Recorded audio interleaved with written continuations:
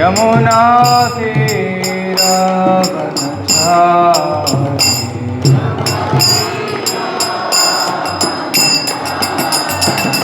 जय राधा माधव कुंज बिहारी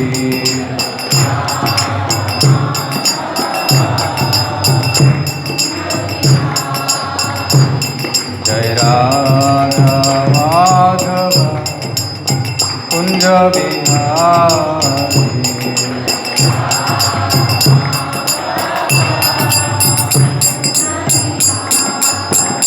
हरे कृष्णा कृष्णा कृष्णा हरे हरे हरे राम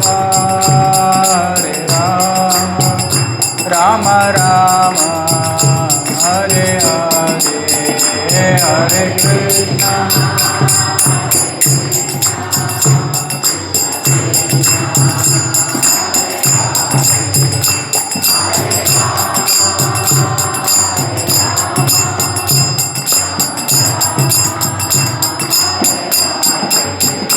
जय राधा विनोद राधा विनोद राधे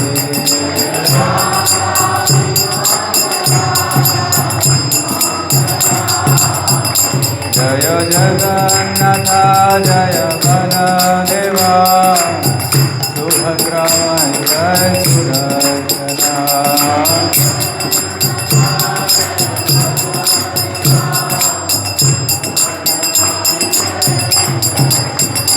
जय गौरनिता गौरनिता गौरनिता जय गौरनिता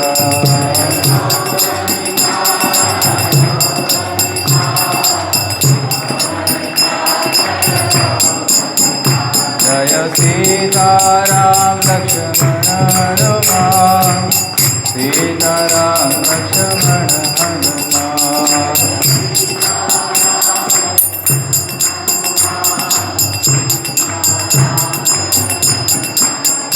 प्रभुपाद प्रभुपाद प्रभुपाद जय जय प्रभुपाद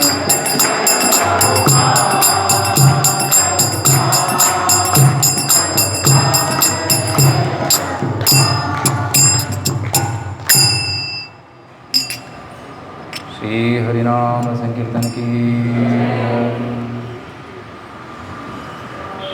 श्री रामनवमी महामहोत्सव की जगद्गुरु शील प्रभुपाद की श्रीमद्भागवत पुराण स्कंद 9 अध्याय 11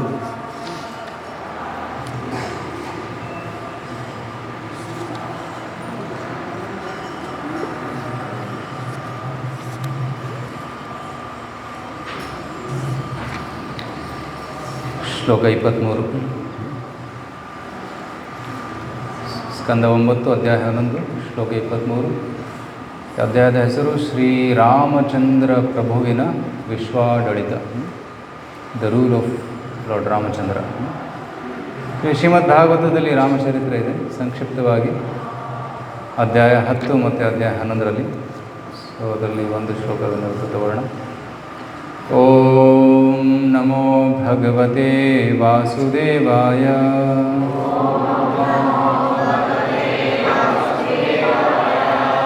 ಓಂ ನಮೋ ಭಗವತೆ ವಾಸುದೇವಾಯ.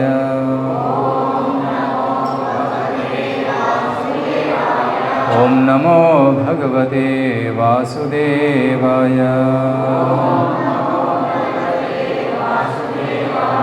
ನಾರಾಯಣಂ ನಮಸ್ಕೃತ್ಯ ನರಂ ಚೈವ ನರೋತ್ತಮಂ ದೇವೀಂ ಸರಸ್ವತೀಂ ವ್ಯಾಸಂ ತತೋ ಜಯಮುದೀರಯೇ. ನಷ್ಟಪ್ರಾಯೇಷು ಭದ್ರೇಷು ನಿತ್ಯಂ ಭಾಗವತ ಸೇವಯಾ ಭಗವತಿ ಉತ್ತಮ ಶ್ಲೋಕೆ भक्तिर्भवति नैष्टिकी कृष्णाय वासुदेवाय देवकीनन्दनाय च नन्दगोपकुमाराय गोविन्दाय नमो नमः। पुरुषः रामचरितं श्रवणैः उपधारयन् पुरुषो रामचरितं श्रवणैरुपधारयन् अंदृशंस्य परः राजन् अंदृशंस्य परो राजन् अंदृशंस्य परो राजन् कर्मबन्धैः विमुच्यते कर्मबन्धैर्विमुच्यते कर्मबन्धैर्विमुच्यते पुरुषो रामचरितं श्रवणैरुपधारयन् अंदृशंस्य परो राजन् कर्मबन्धैर्विमुच्यते। ಶಬ್ದಾರ್ಥ ಪುರುಷಃ ಯಾವುದೇ ಮನುಷ್ಯನು ರಾಮಚರಿತಂ ದೇವೋತ್ತಮ ಪರಮಪುರುಷ ಭಗವಾನ್ ರಾಮಚಂದ್ರನ ಸಂಬಂಧವಾದ ಚಟುವಟಿಕೆಗಳು ಶ್ರವಣೈ ಕೇಳುವುದರ ಮೂಲಕ ಉಪಧಾರಯನ್ ತನ್ನಲ್ಲಿ ಧಾರಣೆ ಮಾಡುತ್ತಾ ಅಂದೃಶಂಸ್ಯಪರಃ ಅಸೂಯೆ ಇಲ್ಲದವನಾಗಿ ರಾಜನ್ ಹೇ ಪರೀಕ್ಷಿತ್ ರಾಜನೇ ಕರ್ಮಬಂಧೈಹಿ ಸಕಾಮ ಕರ್ಮಗಳ ಬಂಧನಗಳಿಂದ ವಿಮುಚ್ಯತೆ ಬಿಡುಗಡೆಯನ್ನು ಹೊಂದುವನು. ಅನುವಾದ ಮತ್ತು ಭಾವಾರ್ಥ ಶೀಲಗುರುಪಾದರಿಂದ ಶೀಲಗುರುಪಾದ ಕೀ ಜಯ.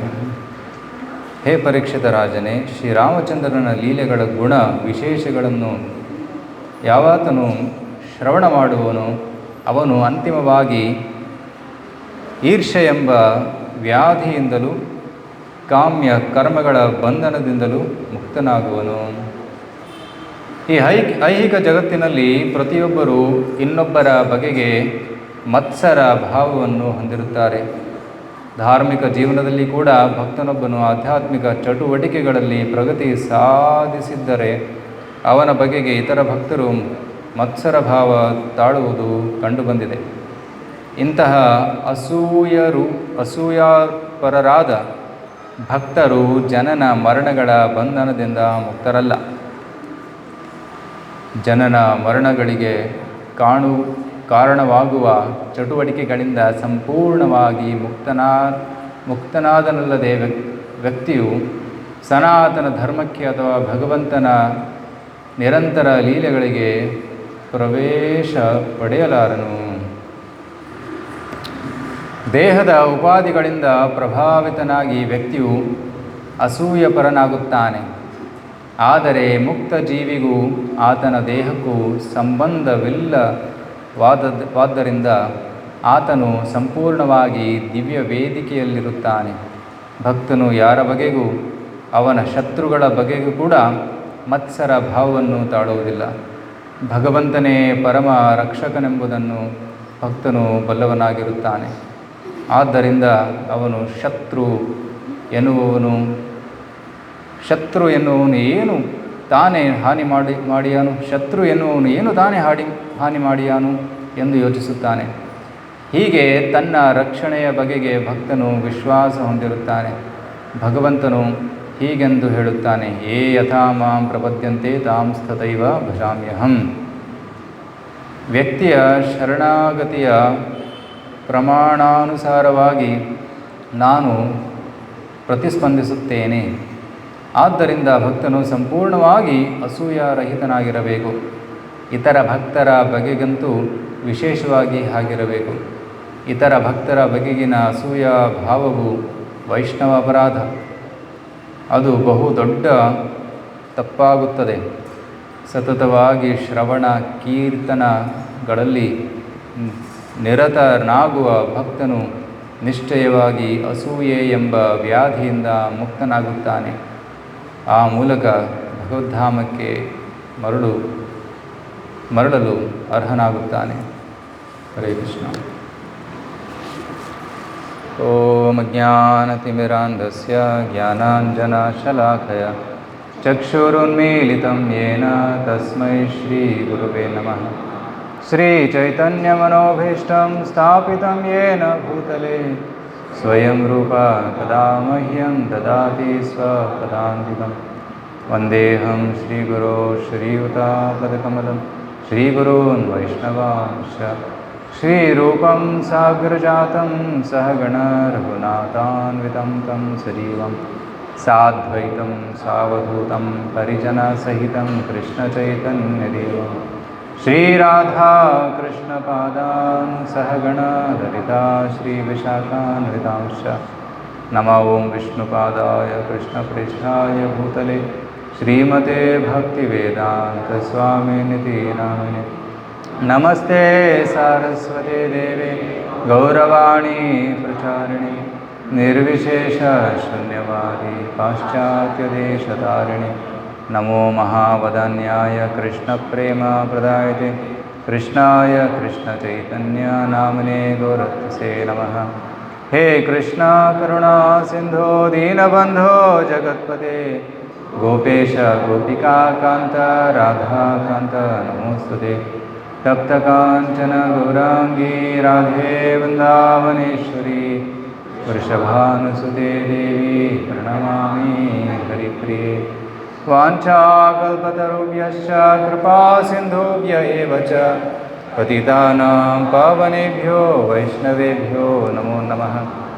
ಜಯ ಶ್ರೀ ಕೃಷ್ಣ ಚೈತನ್ಯ ಪ್ರಭು ನಿತ್ಯಾನಂದ ಶ್ರೀ ಅದ್ವೈತ ಗದಾಧರ ಶ್ರೀವಾಸಾದಿ ಗೌರಭಕ್ತವೃಂದ.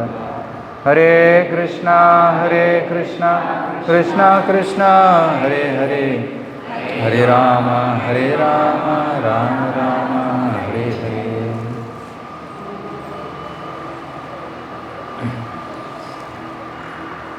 ರಾಮಾಯ ರಾಮಭದ್ರಾಯ ರಾಮಚಂದ್ರಾಯ ವೇದಸೇ ರಘುನಾಥಾಯ ನಾಥಾಯ ಸೀತಾಯೈ ಪತಯೇ ನಮಃ.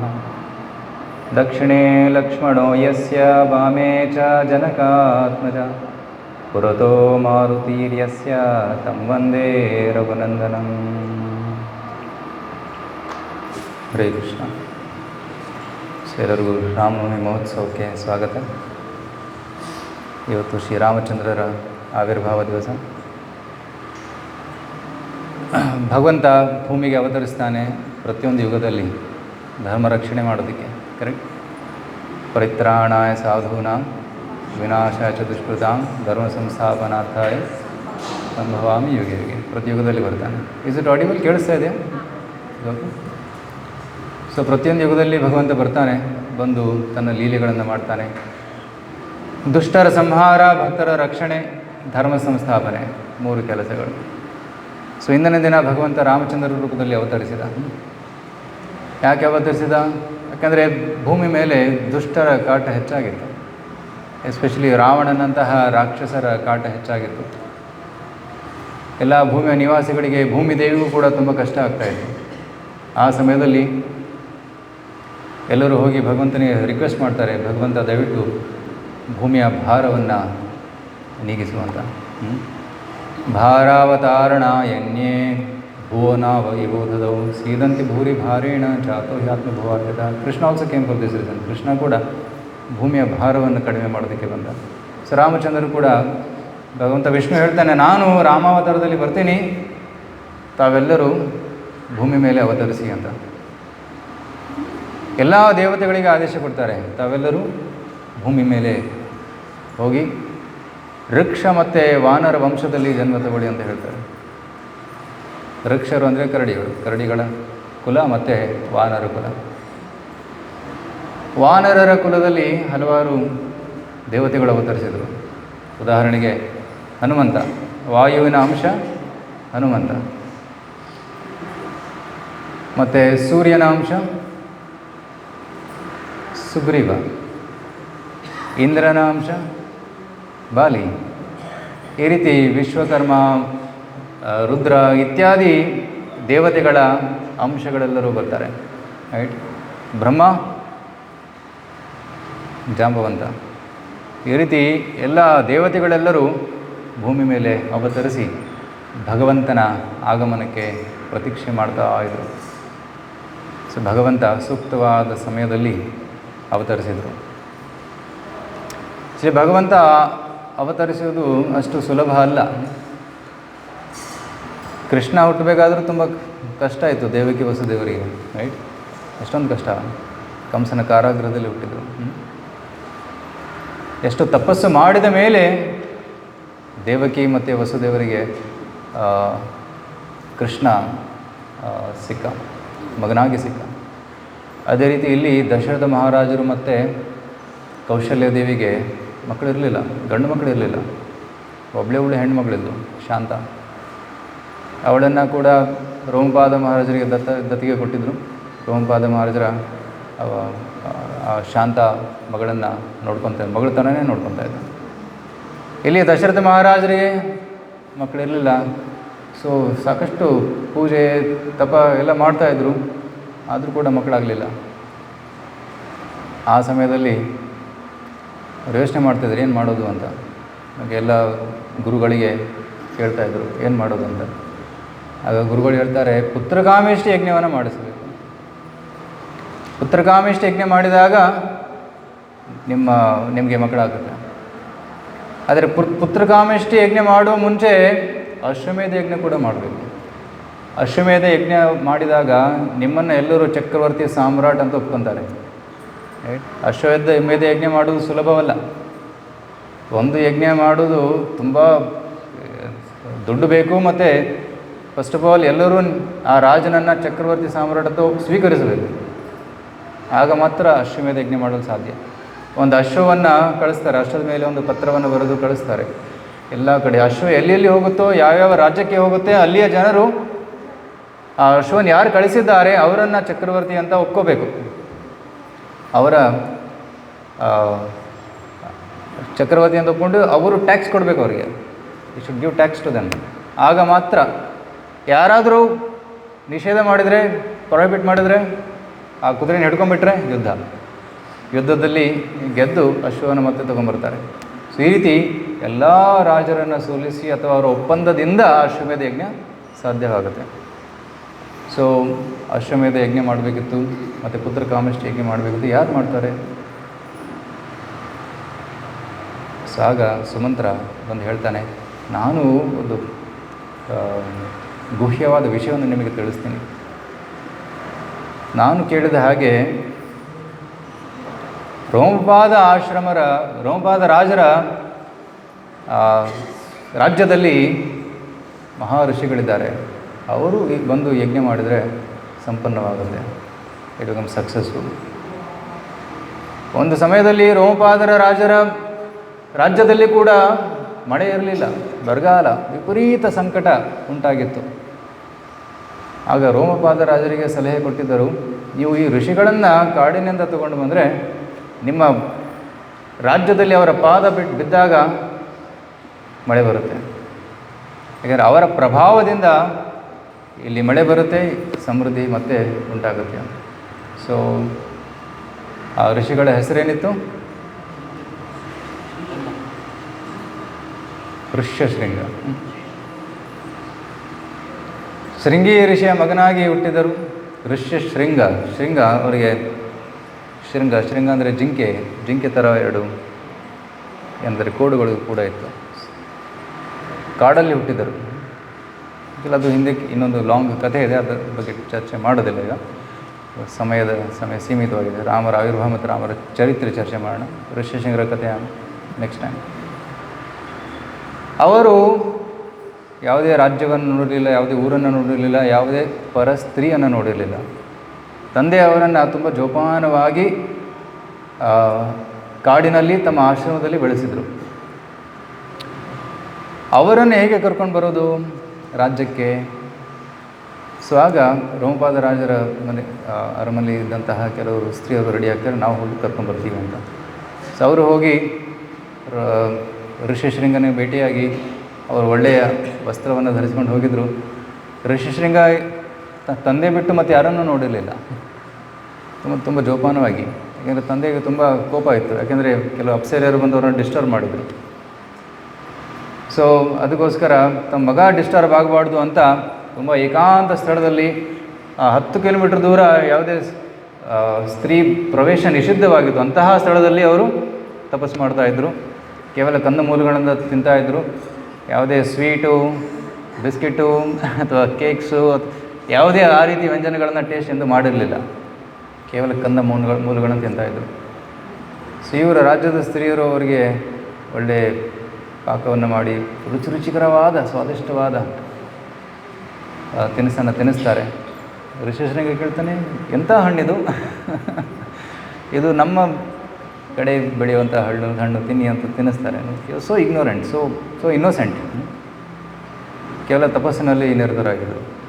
ಸೊ ಈ ರೀತಿ ಇವರ ಭೇಟಿ ಆದಮೇಲೆ ಸ್ವಲ್ಪ ಮನಸ್ಸು ಡಿಸ್ಟರ್ಬ್ ಆಗುತ್ತೆ, ಮನಸ್ಸು ವಿಚಲಿತವಾಗುತ್ತೆ. ಆ ಒಂದು ರುಚಿ ತಟ್ಟಿದಾಗ, ಅವರ ಮಧುರ ಮಾತುಗಳನ್ನು ಕೇಳಿದಾಗ ಋಷಿಶೃಂಗರ ಹೃದಯದಲ್ಲಿ ವಿಕಾರ ಉಂಟಾಗುತ್ತೆ. ಸೊ ನಮ್ಮ ಜೊತೆ ಬನ್ನಿ ಅಂತ ಅವರನ್ನು ಋಷಿಗಳನ್ನು ಕರ್ಕೊಂಡು ಹೋಗ್ತಾರೆ, ಹಡಗಿನ ಮೇಲೆ ಕರ್ಕೊಂಡು ಹೋಗ್ತಾರೆ. ಯಾವಾಗ ಅವರು ರೋಮಪಾದ ರಾಜ್ಯದಲ್ಲಿ ಅವರು ಪ್ರವೇಶ ಮಾಡ್ತಾರೆ, ಅವರ ಪಾದ ಅಲ್ಲಿ ತಟ್ಟಿದ ತಕ್ಷಣ ಮಳೆ ಶುರುವಾಯಿತು.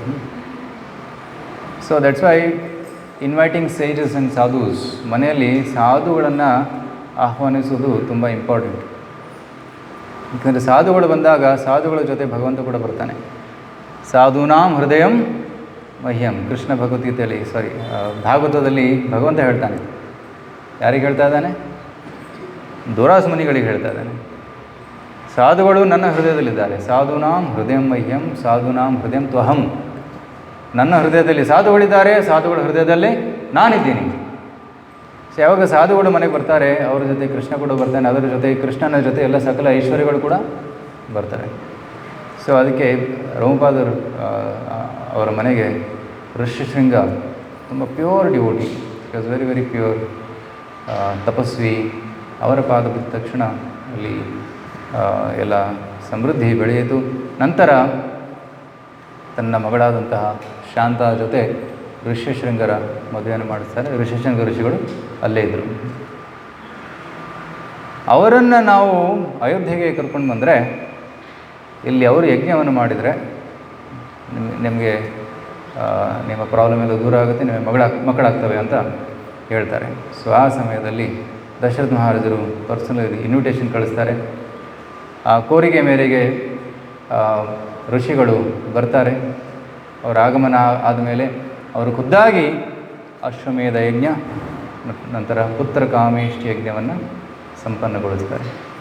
ಆ ಪುತ್ರಕಾಮೇಷ್ಟಿ ಯಜ್ಞ ಸಂಪೂರ್ಣವಾದ ನಂತರ ಆ ಯಜ್ಞದಿಂದ ಒಬ್ಬ ಯಜ್ಞ ಪುರುಷ ಪ್ರಕಟನಾಗ್ತಾನೆ. ದಿವ್ಯವಾದ ರೂಪದಲ್ಲಿ ಕೈಯಲ್ಲಿ ಪಾಯಸ ಪ್ರಸಾದವನ್ನು ಇಟ್ಕೊಂಡು ಬಂದಿದ್ದರು. ಅವರು ದಶರಥ ಮಹಾರಾಜ್ ಹೇಳ್ತಾರೆ, ಈ ಪಾಯಸವನ್ನು ನಿಮ್ಮ ಹೆಂಡತಿಯರಿಗೆ ತಿನ್ನಿಸು, ಅವರಿಗೆ ಮಕ್ಕಳಾಗ್ತವೆ ಅಂತ. ಸೊ ದಶರಥ ಮಹಾರಾಜರಿಗೆ ಎಷ್ಟು ಜನ ಹೆಂಡತಿಯರು? ಹಾಂ, ಓಕೆ, ನಿಮಗೆ ಗೊತ್ತು. ಎಷ್ಟು ಜನ? 3 ಜನ ಇಲ್ಲ, 353 ಜನ. 353. ಮೇನ್ ಪ್ರಾಮಿನೆಂಟಾಗಿ 3 ಜನ, ರೈಟ್? ಕೌಶಲ್ಯ, ಕೈಕೇಯಿ, ಸುಮಿತ್ರ. ಇವರಲ್ಲದೆ ಇನ್ನೂ 350 ಜನ ಇದ್ದರು. ಯಾಕೆ 350 ಜನ ಅಂದರೆ, ಆ ಸಮಯದಲ್ಲಿ ಪರಶುರಾಮರು ಕ್ಷತ್ರಿಯರ ಕುಲದ ನಾಶ ಮಾಡ್ತಾಯಿದ್ರು. ಯಾಕೆಂದರೆ ತಮ್ಮ ತಂದೆಯಾದಂತಹ ಜಮದಾಗ್ನಿ ಋಷಿಗಳನ್ನು ಕಾರ್ತಿವೀರ ಅರ್ಜುನ ಕ್ಷತ್ರಿಯನಾಗಿದ್ದ, ಅವನು ಕೊಂದಿದ್ದ. ಅದಕ್ಕೆ ಕ್ಷತ್ರಿಯರ ವಿರುದ್ಧ ತುಂಬ ಕೋಪ. ಸೊ ಅದಕ್ಕೋಸ್ಕರ 21 ಬಾರಿ ಕ್ಷತ್ರಿಯರನ್ನು ಕೊಲ್ಲೋದಕ್ಕೆ ಭೂಮಿ ಸುತ್ತುತ್ತಾ ಇದ್ದ ಪರಶುರಾಮ, ಎಲ್ಲೆಲ್ಲಿ ಪರಶುರಾಮ ಹೋದನೋ ಅಲ್ಲಿ ಫುಲ್ ವಿಧ್ವಂಸವಾಗ್ತಾ ಇತ್ತು. ಇಡೀ ರಾಜ್ಯ ಫುಲ್ ಕಂಪ್ಲೀಟ್ಲಿ ಡೆಸ್ಟ್ರಾಯ್ಡ್. ಎಸ್ಪೆಷಲಿ ಕ್ಷತ್ರಿಯರನ್ನು ಕೊಲ್ತಾ ಇದ್ದ. ಸೊ ಅಂತಹ ಪರಶುರಾಮರು ಇಡೀ ಭೂಮಿ ಸುತ್ತುವಾಗ ಅಯೋಧ್ಯೆಗೂ ಕೂಡ ಬರ್ತಾಯಿದ್ರು. ದಶರಥ ಮಹಾರಾಜ್ ಕೂಡ ಕ್ಷತ್ರಿ. ಆದರೆ ಪರಶುರಾಮರ ಒಂದು ಮಾತು ಏನು ಕೊಟ್ಟಿದ್ರು ಅಂದರೆ, ಯಾರು ಮದುವೆ ಮಂಟಪದಲ್ಲಿ ಕೂತಿರ್ತಾರೆ ಅವರನ್ನು ನಾನು ಕೊಲ್ಲೋದಿಲ್ಲ. ಅದಕ್ಕಾಗಿ ದಶರಥ ಮಹಾರಾಜರು ಪರಶುರಾಮ ಬರ್ತಾ ಇದ್ದಾನೆ ಅಂತ ಸುದ್ದಿ ತಿಳಿದ ತಕ್ಷಣ ಮದುವೆ ಮಂಟಪ ರೆಡಿ. ಸೊ ಮದುವೆ 350 ಬಾರಿ ಪರಶುರಾಮ ಬಂದಿದ್ದ. ಅದಕ್ಕೆ 350 ಮದುವೆಗಳನ್ನು ಮಾಡ್ಕೊಂಡಿದ್ದ. ಸೊ ಅವರನ್ನೆಲ್ಲ ಚೆನ್ನಾಗಿ ನೋಡ್ಕೊತಾ ಇದ್ದ. ಕ್ಷತ್ರಿಗೆ ಅನುಮತಿ ಇತ್ತು ಈ ರೀತಿ ಮದುವೆ ಆಗೋದಕ್ಕೆ. So they use to marry many wives and take care of them nicely. ಕೃಷ್ಣನ್ ಕೂಡ 16,000 ರಾಣಿಯರಿದ್ರು ತಾನೆ. So like that. ದಶರಥ ಕೂಡ ವೆರಿ ಪವರ್ಫುಲ್, ತುಂಬ ಶಕ್ತಿಶಾಲಿ, ಮಹಾರಥಿಯಾಗಿದ್ದ. ಆದರೆ ಪರಶುರಾಮರ ಮುಂದೆ ಯಾರೂ ನಿಲ್ಲಕ್ಕೆ ಸಾಧ್ಯವಿಲ್ಲ. ಸಾಕ್ಷಾತ್ ಭಗವಂತನ ಆವೇಶ ಅವತಾರ, ಅವ್ರ ಜೊತೆ ಯಾರು ಯುದ್ಧ ಮಾಡ್ತಾರೆ. ಸೊ ಅದಕ್ಕೆ ಪರಶುರಾಮರನ್ನು ಅವರಿಂದ ಬಚಾವ್ ಆಗೋದಕ್ಕೆ ಮದುವೆ ಕೂತ್ಕೊತಾ ಇದ್ದರು. ಸೊ ಈ ರೀತಿ 353 ಜನ, ಅದರಲ್ಲಿ 3 ಪ್ರಾಮಿನೆಂಟ್: ಕೌಶಲ್ಯ, ಸುಮಿತ್ರ ಮತ್ತು ಕೈಕೇಯಿ. ಸೊ 3 ಜನರಿಗೆ ಪಾಯಸವನ್ನು ಹಂಚ್ತಾರೆ. ಸೊ ಕಾಲಕ್ರಮೇಣವಾಗಿ ಸೊ ಚೈತ್ರ ಮಾಸದ ನವಮಿ ದಿನ, ಮಧ್ಯಾಹ್ನದ ದಿನ ಭಗವಂತ ಶ್ರೀರಾಮಚಂದ್ರ ಪ್ರಕಟನಾದ. ಸಾಕ್ಷಾತ್ ವಿಷ್ಣುವಿನ ಕಲಾವತಾರ. ರಾಮಾದಿಮೂರ್ತಿ ಸುಕಲಾ ನಿಯಮೇನ ತಿಷ್ಠನ್ ನಾನಾವತಾರ ಮಕರೋದ್ ಭುವನೇಶು ಕಿಂತು ಕೃಷ್ಣ ಸ್ವಯಂ ಸಮಭವತ್ ಪರಮ ಪುಮಾನ್ಯೋ ಗೋವಿಂದಮಾದಿ ಪುರುಷಂ ತಮಹಂ ಭಜಾಮಿ. ಕರೆಕ್ಟ್. ಸೊ ಭಗವಂತ ವಿಷ್ಣುವಿನ ಅಂಶರೂಪವಾಗಿ ರಾಮಚಂದ್ರನ ರೂಪದಲ್ಲಿ ಪ್ರಕಟಗೊಂಡ. ಮತ್ತು ಭರತ, ಲಕ್ಷ್ಮಣ, ಶತ್ರುಘ್ನ ಅವರು ಕೂಡ ವಿಷ್ಣು ಅವತಾರನೇ. ದೇ ಆರ್ ಆಲ್ಸೋ ವಿಷ್ಣು ತತ್ವ. ಆದರೆ they are different in their power. Rama is more powerful than Bharata, Lakshmana, Shatrughna, ಈ ರೀತಿ. ಸೊ ಈ 4 ಜನ ಭಗವಂತನೇ 4 ಮಕ್ಕಳಾಗಿ ದಶರಥನಿಗೆ ಹುಟ್ಟಿದ. ಸೊ ಇದು ಕೌಶಲ್ಯದೇವಿಯ ಸೌಭಾಗ್ಯ, ದಶರಥ ಮಹಾರಾಜರ ಸೌಭಾಗ್ಯ. ಸೊ ರಾಮ ಬೆಳೀತಾ ಇದ್ದ, ಮನೆಯಲ್ಲಿ ಆಟ ಆಡ್ತಾ ಇದ್ದ, ವಶಿಷ್ಠರಿಂದ ಪಾಠ ಕಲಿತಾ ಇದ್ದ. ಸೊ ಈ ರೀತಿ ರಾಮಚಂದ್ರರು ಅಯೋಧ್ಯೆಯಲ್ಲಿ ಬೆಳೀತಾ ಇದ್ದರು. ಸುಮಾರು ಐ ಥಿಂಕ್ 6 ವರ್ಷ 7 ವರ್ಷದವರಿದ್ದಾಗ ವಿಶ್ವಾಮಿತ್ರ ಮುನಿಗಳು ಬರ್ತಾರೆ.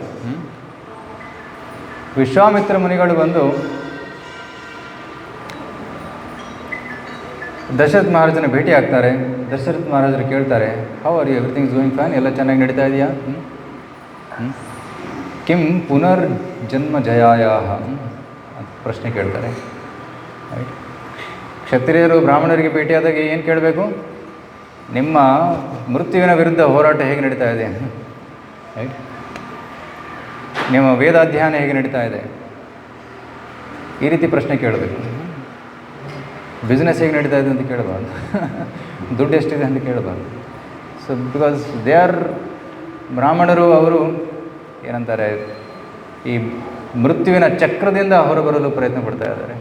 ಸೊ ಸೂಕ್ತವಾದ ಪ್ರಶ್ನೆ ಕೇಳಬೇಕು. ರಾಜನನ್ನು ಭೇಟಿಯಾದಾಗೆ ಕೇಳಬೇಕು, ಎಲ್ಲರೂ ನಿಮ್ಮ ಮಾತನ್ನು ಕೇಳ್ತಾ ಇದ್ದಾರಾ?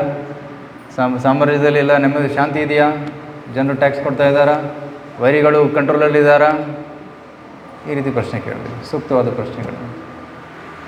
ಸೊ ವಿಶ್ವಾಮಿತ್ರರು ಬಂದಾಗ ಅವರನ್ನು ಆಸನದ ಮೇಲೆ ಕುಳ್ಳರಿಸಿ ಅವರ ಪಾದವನ್ನು ತೊಳೆದು ಏನಂತಾರೆ, ಸತ್ಕಾರವನ್ನು ಮಾಡಿ, ಪೂಜೆಯನ್ನು ಮಾಡಿ, ಹಾರವನ್ನು ಹಾಕಿ ಕೇಳ್ತಾರೆ, ಏನು ಸೇವೆ ಮಾಡಲಿ ನಾನು ಅಂತ. ವಿಶ್ವಾಮಿತ್ರರು ಕೇಳ್ತಾರೆ, ನನಗೆ ಒಂದು ಸಹಾಯ ಬೇಕಿತ್ತು, ಅದಕ್ಕಾಗಿ ಬಂದಿದ್ದೀನಿ, ನೀನು ಮಾಡೋದಾದರೆ ಹೇಳ್ತೀನಿ. If you agree to do I will tell you. ಆಗ ವಿಶ್ವಾಮಿತ್ರರು ದರ್ಶನ ಹೇಳ್ತಾನೆ, ನೀವು ಏನು ಹೇಳಿದ್ರು ಮಾಡ್ತೀನಿ, I can do anything for you, just ಹೇಳಿ, ನೀವು ಇಚ್ಛೆ ಪಟ್ಟಿದ್ದೆಲ್ಲ ನಾನು ಪೂರೈಸ್ತೀನಿ. ಓಕೆ. ಆಗ ವಿಶ್ವಾಮಿತ್ರರು ಹೇಳ್ತಾರೆ, ಏನು ಹೇಳ್ತಾರೆ? ನನ್ನ ಜೊತೆ ರಾಮ ಬರಬೇಕು, ಕಾಡಿಗೆ ಬರಬೇಕು. ಯಾಕೆ? ನಾವು ಯಜ್ಞ ಮಾಡ್ತಾಯಿದ್ದೀವಿ, ಆ ಯಜ್ಞ ಸ್ಥಳವನ್ನು ಪ್ರದೂಷಿತಗೊಳಿಸ್ತಾ ಇದ್ದಾರೆ, ಡಿಸ್ಟರ್ಬ್ ಮಾಡ್ತಾ ಇದ್ದಾರೆ. ತಾಟಕ, ಸುಬಾಹು, ಮಾರೀಚಿ ಇತ್ಯಾದಿ ರಾಕ್ಷಸರೆಲ್ಲ ತುಂಬ ಕಷ್ಟ ಕೊಡ್ತಾ ಇದ್ದಾರೆ. ಸೊ ರಾಮ ಬರಬೇಕು. ರಾಮ ಯಾಕೆ ಬರಬೇಕು? ನಾನು ಬರ್ತೀನಿ. ಇಲ್ಲ, ರಾಮನೇ ಬರಬೇಕು, ನೀನು ಬರೋಗಿಲ್ಲ. ರಾಮ ಬಂದು ಆ ರಾಕ್ಷಸರನ್ನು ಕೊಂದು ನಮಗೆ ರಕ್ಷಣೆ ಕೊಡಬೇಕು. ನಮಗೆ ದಶರಥ ಮಹರ್ಷಿ ಹೇಳ್ತಾನೆ, ರಾಮ ಇನ್ನೂ ಚಿಕ್ಕ ಬಾಲಕ, ಅವನ ವಿದ್ಯಾಭ್ಯಾಸ ಕೂಡ ಇನ್ನೂ ಮುಗಿದಿಲ್ಲ. ಹೌ ಕ್ಯಾನ್ ಈ ಕಿಲ್? ಹೇಗೆ ಇಂಥ ಮಹಾ ರಾಕ್ಷಸರನ್ನು ಕೊಲ್ಲಲು ಸಾಧ್ಯ? ಮತ್ತು ತಾಟಕ, ಸುಬಾಹು, ಮಾರೀಚ ಇವರೆಲ್ಲ ರಾವಣನ ಏನಂತಾರೆ ಅನುಚರರು, they are followers of Ravana. ಅಂಥ ಶಕ್ತಿಶಾಲಿ ರಾವಣನ ಹೆಸರು ಕೇಳಿದರೆ ನನಗೆ ಭಯ ಆಗುತ್ತೆ. ನನ್ನ ಚಿಕ್ಕ ಮಗನನ್ನು ಕರ್ಕೊಂಡು ಹೋಗ್ತಾ ಇದ್ದೀರಾ? ಸೊ ನಾನು ಬಿಡೋದಿಲ್ಲ, ರಿಫ್ಯೂಸ್ ಅಂತ. ಯಾವಾಗ ರಿಫ್ಯೂಸ್ ಮಾಡ್ತಾರೋ ವಿಶ್ವಾಮಿತ್ರರಿಗೆ ತುಂಬ ಕೋಪ ಬರುತ್ತೆ. Because very angry. ಶಾಪ ಕೊಡೋ ಸ್ಥಿತಿಯಲ್ಲಿದ್ದರು. ತಕ್ಷಣ ವಶಿಷ್ಠ ಹೇಳ್ತಾರೆ, ಒಪ್ಕೊಂಬಿಡು, ದಶರಥ ರಾಮನನ್ನು ಕಳಿಸು. ನನಗೆ ವಿಶ್ವಾಮಿತ್ರರ ಶಕ್ತಿ ಗೊತ್ತು. ಯಾಕೆಂದರೆ ಪೂರ್ವಕಾಲದಲ್ಲಿ ನಂದು ಮತ್ತು ವಿಶ್ವಾಮಿತ್ರದ್ದು ಸ್ವಲ್ಪ ಜಗಳ ಆಗಿತ್ತು, ಫೈಟಿಂಗ್. ಸೊ ಆ ಸಮಯದಲ್ಲಿ ನೋಡಿದ್ದೀನಿ ವಿಶ್ವಾಮಿತ್ರ ಹತ್ರ ಎಷ್ಟು ಶಕ್ತಿ ಇದೆಯಾ ಅಂತ. ಅವರು ಕೂಡ ಬ್ರಹ್ಮರ್ಷಿಗಳು, ಅವರಲ್ಲಿ ಬ್ರಹ್ಮಾಸ್ತ್ರ ಮತ್ತು ದಿವ್ಯ ಅಸ್ತ್ರಗಳಿವೆ. ಅವರು ತಮ್ಮ ತಪೋಬಲದಿಂದ ಅಸ್ತ್ರಗಳಿಂದ ರಾಕ್ಷಸರನ್ನು ಕೊಲ್ಲಬಹುದು. ಆದರೆ ಅವರು ಖುದ್ದಾಗಿ ಇದು ಮಾಡೋದಕ್ಕೆ ಸಿದ್ಧರಿಲ್ಲ. ಯಾಕೆಂದರೆ ತಪೋಬಲವನ್ನು ಕಾಪಾಡ್ಕೋಬೇಕು, ತಪೋಬಲವನ್ನು ವ್ಯರ್ಥ ಮಾಡಬಾರ್ದು. ಸೊ ಬ್ರಾಹ್ಮಣರು ತಪೋಬಲವನ್ನು ಕಾಪಾಡ್ಕೋಬೇಕು. ಕ್ಷತ್ರಿಯರು ಯುದ್ಧ ಮಾಡಿ ರಾಕ್ಷಸರನ್ನು ಕೊಲ್ಲಬೇಕು. ಸೊ ರಾಮನಿಗೆ ಏನೂ ಕಷ್ಟ ಇಲ್ಲ. ಒಂದು ವೇಳೆ ಏನಾದರೂ ಇದ್ದರೂ ವಿಶ್ವಾಮಿತ್ರರು ನೋಡ್ಕೊತಾರೆ, ಹಿ ಈಸ್ ಕೆಪಬಲ್, ಸೊ ನೀವು ಕಳಿಸಿ ಅಂತ. ಸೊ ರಾಮಚಂದ್ರರನ್ನು ದಶರಥ ಮಹಾರಾಜರು ಕಳಿಸ್ಬಿಡ್ತಾರೆ. ಅನಿವಾರ್ಯ, ಏನೂ ಮಾಡೋಂಗಿಲ್ಲ, ಅದು ಇಲ್ಲ ಶಾಪ ಸಿಕ್ಬಿಡುತ್ತೆ. ಮತ್ತು ವಶಿಷ್ಠರು ಹೇಳಿದ್ದಾರೆ, ಅದಕ್ಕೆ ವಶಿಷ್ಠರ ಮಾತಲ್ಲಿ ನಂಬಿಕೆ ಇಟ್ಟು ಕಳಿಸ್ಬಿಡ್ತಾರೆ. ರಾಮ ಹೋಗೋಕ್ಕೆ ಸಿದ್ಧನಾದ ತಕ್ಷಣ ಲಕ್ಷ್ಮಣ ಹೇಳ್ತಾನೆ, ಅಣ್ಣ ನಾನು ಬರ್ತಾಯಿದ್ದೀನಿ, I am also coming. So Rama Lakshmana ಇಬ್ಬರು ಹೋಗ್ತಾರೆ. ಆ್ಯಕ್ಚುಲಿ ವಿಶ್ವಾಮಿತ್ರರು ರಾಮ ಮತ್ತು ಲಕ್ಷ್ಮಣರ ಸಂಘವನ್ನು ಪಡ್ಕೊಳ್ಳೋದಕ್ಕೆ ಅವರನ್ನು ಕರ್ಕೊಂಡು ಹೋದರು. ಬಾಲಕಾಂಡದಲ್ಲಿ ರಾಮ ಬಾಲಕನ ರೂಪದಲ್ಲಿದ್ದಾನೆ, ಬಟ್ ಆ್ಯಕ್ಚುಲಿ ವಿಶ್ವಾಮಿತ್ರ ಬಾಲ.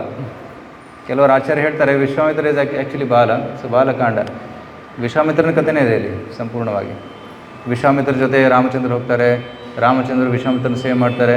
ಆ್ಯಕ್ಚುಲಿ ವಿಶ್ವಾಮಿತ್ರರು ರಾಮ ಲಕ್ಷ್ಮಣರಿಗೆ ವಿದ್ಯಾಭ್ಯಾಸ ಮಾಡಿಕೊಡ್ತಾರೆ. ಅವರು ಕೂಡ ಲಕ್ಷ್ಮಣ ಮತ್ತು ರಾಮನ ಸೇವೆಯನ್ನು ಮಾಡ್ತಾರೆ.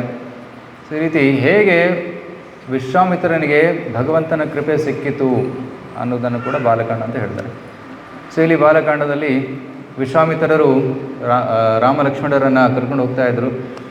ಹೋಗ್ತಾ ಹೋಗ್ತಾ ಹೋಗ್ತಾ ಒಂದು ಕಡೆ ವಿಶ್ರಾಂತಿ ತಗೊಂಡಾಗ ಅಲ್ಲಿ ವಿಶ್ವಾಮಿತ್ರ ರಾಮ ಲಕ್ಷ್ಮಣರಿಗೆ ಮಂತ್ರವನ್ನು ಹೇಳ್ಕೊಡ್ತಾನೆ. ದಿವ್ಯ ಅಸ್ತ್ರಗಳ ಮಂತ್ರವನ್ನು ಹೇಳ್ಕೊಡ್ತಾನೆ. ಬಲ ಅತಿಬಲ. ಬಲ ಅತಿಬಲ ಅಂದರೆ ತುಂಬ ಮಂತ್ರ ಹೇಳಿದ ತಕ್ಷಣ ಶಕ್ತಿ ಬರುತ್ತೆ ಅವ್ರಿಗೆ. ಅಂತಹ ಪವರ್ಫುಲ್ ಮಂತ್ರಗಳನ್ನು ಹೇಳ್ಕೊಡ್ತಾನೆ. ನಂತರ ವಿವಿಧ ಅಸ್ತ್ರಗಳ ಜ್ಞಾನವನ್ನು ಕೂಡ ಕೊಡ್ತಾನೆ. ಯಾಕೆಂದರೆ ರಾಕ್ಷಸರ ಜೊತೆ ಯುದ್ಧ ಮಾಡಬೇಕಲ್ಲ. ಸೊ ಬ್ರಹ್ಮಾಸ್ತ್ರದ ಜ್ಞಾನವನ್ನು ಕೂಡ ಹೇಳ್ಕೊಡ್ತಾನೆ. ಅಫ್ಕೋರ್ಸ್ ಭಗವಂತನಿಗೆ ಎಲ್ಲ ಗೊತ್ತು, ವೇದೇಶ ಸರ್ವೇರ ಅಮಯ ವಿದ್ಯೆ. ಬಟ್ ಇಲ್ಲಿ ಭಗವಂತ ಶಿಷ್ಯನ ರೂಪದಲ್ಲಿ ಜ್ಞಾನವನ್ನು ಪಡೆದುಕೊಳ್ತಾ ಇದ್ದಾನೆ, ಗುರುವನ್ನು ಸ್ವೀಕರಿಸಿದ್ದಾನೆ. ಮತ್ತು ಗುರುಗಳಿಗೆ ಪ್ರಶ್ನೆಯನ್ನು ಕೂಡ ಕೇಳ್ತಾ ಇದ್ದರು. ಗಂಗಾ ನದಿ ತಟಕ್ಕೆ ಬಂದಾಗ ರಾಮ ಕೇಳ್ತಾನೆ, ಗುರುಗಳೇ ಈ ಯಾವುದು ನದಿ ಇದು, ಇದರ ಹಿಂದೆ ಕಥೆ ಏನು ಅಂತ ಕೇಳಿದಾಗ ವಿಶ್ವಾಮಿತ್ರ ಮುನಿಗಳು ಇಡೀ ಗಂಗೆಯ ಫುಲ್ ಸ್ಟೋರಿಯನ್ನು ಹೇಳ್ತಾರೆ. ಹೇಗೆ ಗಂಗಾ ನದಿ ವಾಮನನ ಪಾದವನ್ನು ತೊಳೆದು ಸ್ವರ್ಗಕ್ಕೆ ಬಂತು, ಸ್ವರ್ಗದಿಂದ ಭಗೀರಥ ಮಹಾರಾಜನು ತಪಸ್ಸನ್ನು ಮಾಡಿ ಸ್ವರ್ಗದಿಂದ ಭೂಮಿಗೆ ಕರ್ಕೊಂಡು ಬಂದ. ಸಗರ ಮಹಾರಾಜರ ಮಕ್ಕಳೆಲ್ಲ 60,000 ಮಕ್ಕಳು ಸತ್ತೋಗಿದ್ರು. ಅವರ ಉದ್ಧಾರ ಮಾಡೋದಕ್ಕೆ ತಪಸ್ಸನ್ನು ಮಾಡಿ ಸ್ವರ್ಗದಿಂದ ಗಂಗಾ ನದಿಯನ್ನು ಕೆಳಗಡೆ ತಗೊಂಡು ಬಂದ. ಆ ಗಂಗಾ ನದಿ ಸ್ವರ್ಗದಿಂದ ಕೆಳಗಡೆ ಬಂದು ಹಿಮಾಲಯದ ಪರ್ವತದ ಮೇಲಿತ್ತು ಬಿತ್ತು. ಆಲಕನಂದ ಅನ್ನುವ ಹೆಸರಿನಿಂದ ಪ್ರಸಿದ್ಧವಾಗಿ ಭಾರತ ವರ್ಷದಲ್ಲಿ ಹರಿದುಕೊಂಡು ಬಂದಳು. ಭಾರತ ವರ್ಷದಲ್ಲಿ ಬಂದು ಅವಳು ಜಾನು ಋಷಿ ಆಶ್ರಮದಲ್ಲಿ ತಲುಪಿ ನಂತರ ಈ ಮಾರ್ಗವಾಗಿ ಸಮುದ್ರವನ್ನು ಸೇರಿದ್ದಾಳೆ ಅಂತ ಹೇಳ್ತಾರೆ. ಸೊ ಫುಲ್ ಕಥೆಯನ್ನು ಹೇಳ್ತಾರೆ. ನಂತರ ತಮ್ಮ ಕಥೆಯನ್ನು ಕೂಡ ನಂತರ ಹೇಳ್ತಾರೆ ಮಿಥಿಲಾದಲ್ಲಿ ವಶಿಷ್ಠರು. ಈ ರೀತಿ ಹಲವಾರು ಕಥೆಗಳು. ಇನ್ನೊಂದು ಆಶ್ರಮಕ್ಕೆ ಬರ್ತಾರೆ. ಅಲ್ಲಿ ಆ ಆಶ್ರಮವನ್ನು ನೋಡಿದರೆ ಒಂದು ಕಾಲದಲ್ಲಿ ಋಷಿಮುನಿಗಳೆಲ್ಲ ತಪಸ್ಸು ಮಾಡ್ತಾ ಇದ್ದಂತಹ ಸ್ಥಳ ಹೌದು. ಆದರೆ ಈಗ ಅಲ್ಲಿ ಯಾರೂ ಇರಲಿಲ್ಲ, ನಿಶ್ಶಬ್ದವಾದ ವಾತಾವರಣ, ಯಾರೂ ಅದನ್ನು ನೋಡ್ಕೊತಾ ಇರಲಿಲ್ಲ. ಅಂತಹ ಸ್ಥಳ ಏನು ಅಂತ ಕೇಳಿದಾಗ ಇದು ಗೌತಮ ಮುನಿಗಳ ಆಶ್ರಮ ಅಂತ ಹೇಳ್ತಾರೆ. ರೈಟ್. ಸೊ ಈ ರೀತಿ ಅಲ್ಲಿ ಅಹಲ್ಯಾದೇವಿ ಉದ್ಧಾರ ಮಾಡ್ತಾರೆ. ಅಹಲ್ಯಾದೇವಿಗೆ ಶಾಪ ಸಿಕ್ಕಿತ್ತು. ರೈಟ್. ಅಹಲ್ಯಾದೇವಿ ಕಲ್ಲಿನ ರೂಪದಲ್ಲಿ ಇಲ್ಲಿಂದು ಕಲ್ಲಾಗುವಂಥ ಶಾಪ ಕೊಟ್ಟಿದ್ದರು ಗೌತಮ ಋಷಿಗಳು. ಸೊ ಅವರ ಪಾದವನ್ನು ಕಲ್ಲಿಗೆ ಸ್ಪರ್ಶ ಮಾಡಿದಾಗ ಆ ಪಾದ ಸ್ಪರ್ಶದ ಪ್ರಭಾವದಿಂದ ಅಹಲ್ಯಾದೇವಿಗೆ ಮುಕ್ತಿ ಸಿಕ್ಕಿತು. ಶಾಪದಿಂದ ಮುಕ್ತಳಾಗಿ ಅವಳು ದಿವ್ಯ ರೂಪವನ್ನು ಪಡೆದುಕೊಳ್ತಾಳೆ, ಭಗವಂತನಿಗೆ ಸೇವೆಯನ್ನು ಸಲ್ಲಿಸ್ತಾಳೆ. ರೈಟ್. ಈ ರೀತಿ ವಿಶ್ವಾಮಿತ್ರರು ರಾಮನನ್ನು ಕರ್ಕೊಂಡು ಹೋಗ್ತಾ ಇದ್ದಾರೆ ಮುಂದಕ್ಕೆ. ರೈಟ್. ಅಫ್ಕೋರ್ಸ್ ಅವರ ಆಶ್ರಮಕ್ಕೆ ಬಂದಾಗ ಅಲ್ಲಿ ಆಶ್ರಮದಲ್ಲಿ ಯಜ್ಞ ನಡೀತಾ ಇತ್ತು. ಆಗ ರಾಮನಿಗೆ ಹೇಳ್ತಾನೆ, ದಯವಿಟ್ಟು ಸೆಕ್ಯೂರಿಟಿ ಚೆನ್ನಾಗಿ ನೋಡ್ಕೊ, ಯಾರು ಬರಬಾರ್ದು, ರಾಕ್ಷಸರು ಬರಬಾರ್ದು. ಸೊ ರಾಮ ಲಕ್ಷ್ಮಣ ಇಬ್ಬರು ನಿಂತ್ಕೊಂಡಿದ್ರು. ಆಗ ಸುಬಾಹು ಮತ್ತು ಮಾರೀಚ ಇಬ್ಬರು ಅಟ್ಯಾಕ್ ಮಾಡ್ತಾರೆ. ಇದಕ್ಕೂ ಮುಂಚೆ ತಾಟಕನನ್ನು ಕೊಂದಿದ್ರು ಒಂದು ಏನಿದ್ರು ಮರುಭೂಮಿಯಲ್ಲಿ. ಸೊ ನಂತರ ಇಲ್ಲಿಗೆ ಬಂದಿದ್ದರು. ಸೊ ಇಲ್ಲಿ ಸುಬಾಹುವನ್ನು ಕೊಲ್ತಾರೆ. ಮಾರೀಚನನ್ನು ಕೊಲ್ಲೋದಿಲ್ಲ, ಏನು ಮಾಡ್ತಾರೆ, ಬಾಣ ತಟ್ಟಿದಾಗ, ರಾಮನ ಬಾಣ ಮಾರೀಚನಿಗೆ ತಟ್ಟಿದಾಗ ಮಾರೀಚ 800 ಮೈಲಿ ದೂರ ಹೋಗಿ ಬಿದ್ದುಬಿಡ್ತಾನೆ. Long jump, long throw. Right. ಒಂದು ಮಂಡಾದ ಬಾಣದಿಂದ ಹೊಡೆದಿದ್ರು, ಅದಕ್ಕೆ ಒಂದು ದೂರ ಹೋಗಿ ಬಿದ್ದುಬಿಟ್ಟ. ಎಷ್ಟು ದೂರ ಹೋಗಿ ಬಿದ್ದ ಅಂದರೆ ಆ್ಯಂಡ್ ಈ ಬಿಕಮ್ ಸೋ ಫಿಯರ್ಫುಲ್. ಎಷ್ಟು ಭಯಭೀತನಾದನೆಂದರೆ ಅಂದಿನಿಂದ ರಾಕ್ಷಸ ವೃತ್ತಿಯನ್ನು ಬಿಟ್ಬಿಟ್ಟ. ಸಾಧು ವೇಷವನ್ನು ಧರಿಸಿ, ರೈಟ್, ಕೆಲವರು ಹೇಳ್ತಾರೆ ಮೌರಿಷಿಯಸ್ಗೆ ಹೋದಂತೆ, ಮಾರೀಚ ದೇಶ. ಅಲ್ಲಿ ಹೋಗಿ ತಪಸ್ಸು ಮಾಡ್ತಾ ಕೂತಿದ್ದಂತೆ ಸಾಧು ವೇಷವನ್ನು ಧರಿಸಿ. ಮತ್ತು ರ ಅಂತ ಪದ ಕೇಳಿದ ತಕ್ಷಣ ಅವನಿಗೆ ಭಯ ಆಗ್ತಾಯಿತ್ತು. ರಥದಲ್ಲಿ ರ ಅಂತ ಇದೆ, ಮರ, ರಥ, ಈ ರೀತಿ ರ ಪದ ಕೇಳಿದ ತಕ್ಷಣ ಅವನಿಗೆ ಭಯ ಆಗ್ತಾಯಿತ್ತು. ರಾಮಬಂದ ಅಂತ. ಸೊ ಅಷ್ಟು ಭಯಭೀತನಾಗಿದ್ದ. ಸೊ ರಾಮಚಂದ್ರರು ವಿಶ್ವಾಮಿತ್ರನ ಯಜ್ಞಕ್ಕೆ ರಕ್ಷಣೆಯನ್ನು ಒದಗಿಸಿಕೊಟ್ಟು ಅಲ್ಲಿಂದ ಪ್ರಯಾಣವನ್ನು ಮುಂದುವರಿಸ್ತಾರೆ. ವಿಶ್ವಾಮಿತ್ರ ಹೇಳ್ತಾರೆ, ಇಲ್ಲಿ ಹತ್ತಿರದಲ್ಲಿ ಮಿಥಿಲಾ ನಗರಿ ಇದೆ, ಮಿಥಿಲಾಗೆ ಹೋಗೋಣ. ಮಿಥಿಲಾದಲ್ಲಿ ಜನಕ ಮಹಾರಾಜರು ಒಂದು ಸ್ಪರ್ಧೆಯನ್ನು ಇಟ್ಟಿದ್ದಾರೆ, ಅದರಲ್ಲಿ ಪಾಲ್ಗೊಳ್ಳೋಣ ಬನ್ನಿ ಅಂತ. ಸೊ ರಾಮ ಲಕ್ಷ್ಮಣನ ಕರ್ಕೊಂಡು ಹೋಗ್ತಾರೆ. ಅಲ್ಲಿ ಒಂದು ಸ್ಪರ್ಧೆ ಅಥವಾ ಸ್ವಯಂವರ ನಡೀತಾ ಇತ್ತು. ಅದೇನು, ಅಲ್ಲಿ ಒಂದು ಧನುಷ್ ಇತ್ತು. ಆ ಧನುಷನ್ನು ಅಲ್ಲಿ ಫೋಟೋ ಇಲ್ಲೇ ಯಾರೋ ಹಾಕಿದ್ದಾರೆ, ಇಲ್ಲೇ ಅದು ನಡೆದಿದೆ, ಬೆಳಿಗ್ಗೆ ನೋಡ್ತಾ ಇದ್ದೆ. ಸೊ ಆ ಶಿವಧನುಸ್ಸು ಅದನ್ನು ಯಾರು ಎತ್ತಿ ಅದನ್ನು ಸ್ಟ್ರಿಂಗ್ ಮಾಡಿ, ಅದನ್ನು ಹಗ್ಗ ಕಟ್ಟಿ, ದಾರವನ್ನು ಕಟ್ಟಿ ಯಾರು ನಿಂತ್ಕೊತಾರೋ ಸೀತೆಯನ್ನು ಅವರಿಗೆ ಕೊಡ್ತೀನಿ ಅಂತ ಪ್ರತಿಜ್ಞೆ ಮಾಡಿದರು. ಆ್ಯಕ್ಚುಲಿ ಧನುಸ್ಸು ಮತ್ತು ವಿಷ್ಣು ಧನುಸ್ಸು, 2 ಧನುಷನ್ನು ವಿಶ್ವಕರ್ಮ ನಿರ್ಮಾಣ ಮಾಡಿದ್ದ. ಒಂದು ಧನುಷನ್ನು ಇಕ್ಷ್ವಾಕು ವಂಶದವರಿಗೆ ಕೊಟ್ಟಿದ್ದ, ಅದು ದಶರಥ ಮಹಾರಾಜರಿಗೆ ಮಿಥಿಲಾ ನರಸನಿಗೆ ಸಿಕ್ಕಿತ್ತು. ನಂತರ ಇನ್ನೊಂದು ಧನುಸ್ಸು ಪರಶುರಾಮರ ಹತ್ರ ಇತ್ತು. ಓಕೆ. ಸೊ ಹಲವಾರು ರಾಜರು, ಯುವರಾಜರು ಬಂದು ಪ್ರಯತ್ನ ಪಡ್ತಾರೆ, ಆ ಧನುಷನ್ನು ಎತ್ತಕ್ಕೆ ಆಗಲಿಲ್ಲ. So heavy. ಅದನ್ನು ಎತ್ತೋದಕ್ಕೆ ಸುಮಾರು 600 ಜನ ಸಿಪಾಯಿಗಳು ಎತ್ಕೊಂಡು ಅದನ್ನು ಒಂದು ಬಂಡೆ ಮೇಲಿಟ್ಟು ಇಳ್ಕೊಂಡು ಬರ್ತಾ ಇದ್ರು, ಅಷ್ಟು ಭಾರಿಯಾಗಿತ್ತು. ಸೊ ನಾನು ಇನ್ನೊಂದು ಕತೆ ಕೇಳಿದಾಗೆ, ಸೀತಾದೇವಿ ಚಿಕ್ಕ ಮಗಳಾಗಿದ್ದಾಗ ಅರಮನೆಯಲ್ಲಿ ಚೆಂಡಾಟ ಆಡುವಾಗ ಚೆಂಡು ಕಣ್ಮರೆ ಆಯಿತು.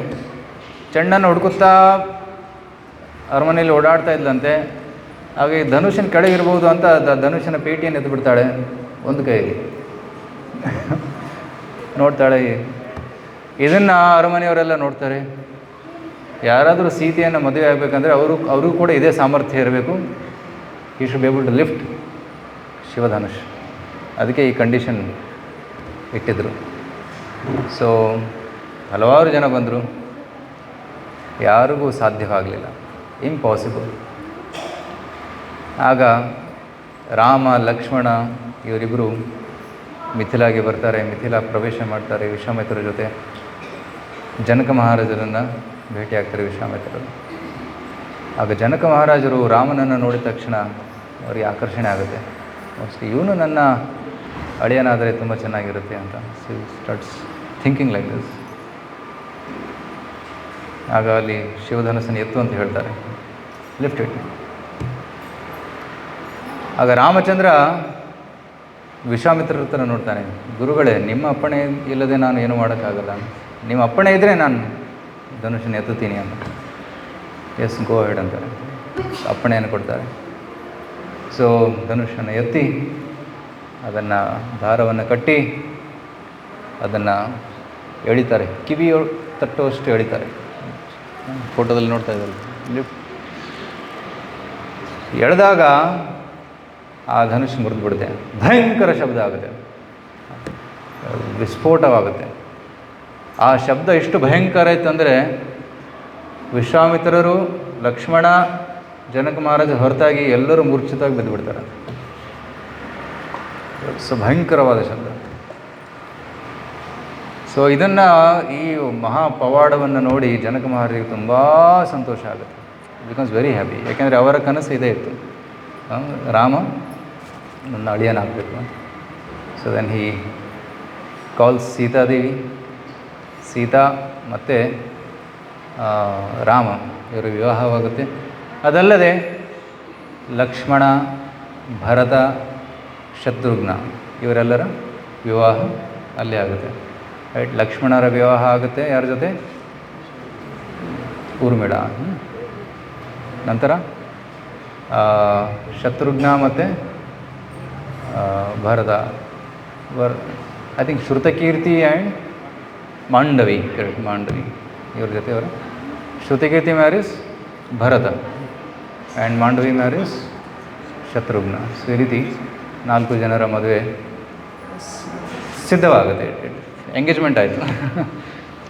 ಯಾಕಂದರೆ ತಂದೆ ತಾಯಿ ಇಲ್ಲಿಲ್ಲಲ್ಲ, ತಂದೆ ತಾಯಿ ಬರೋವ್ರಿಗೆ ವೆಯ್ಟ್ ಮಾಡಬೇಕು, ಅವ್ರ ಮುಂದೆನೇ ಮದುವೆ ಆಗಬೇಕು. ಸೊ ತಕ್ಷಣ ನ್ಯೂಸ್ ಹೋಗುತ್ತೆ ದಶರಥ ಮಹಾರಾಜರಿಗೆ. ವಿಶ್ವಾಮಿತ್ರ ಲೆಟರ್ ಬರೆದು ಕಳಿಸ್ತಾರೆ.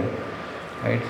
ಸೊ ಜನಕ ಮಹಾರಾಜ ಸೈನ್ ಮಾಡಿರ್ತಾರೆ, ಪ್ಲೀಸ್ ಕಮ್ ಇಮಿಡಿಯೇಟ್ಲಿ, ಮದುವೆ ರೆಡಿ, ಸಿದ್ಧತೆ ಎಲ್ಲ ಆಗ್ತಾಯಿದೆ, ಬೇಗ ಬನ್ನಿ ಅಂತ. ದಶರಥ ಮಹಾರಾಜರಿಗೆ ಆ ಲೆಟರ್ ಬಂದ ತಕ್ಷಣ ತುಂಬ ಸಂತೋಷ ಆಯಿತು. It was very happy. ಯಾಕಂದರೆ ಅವ್ರದ್ದು ಇದೇ ಕನಸಿತ್ತು. ಸೊ ದಶರಥ ಮಹಾರಾಜರು ತಮ್ಮೆಲ್ಲ ರಾಣಿಯರ ಜೊತೆ ಬರ್ತಾರೆ.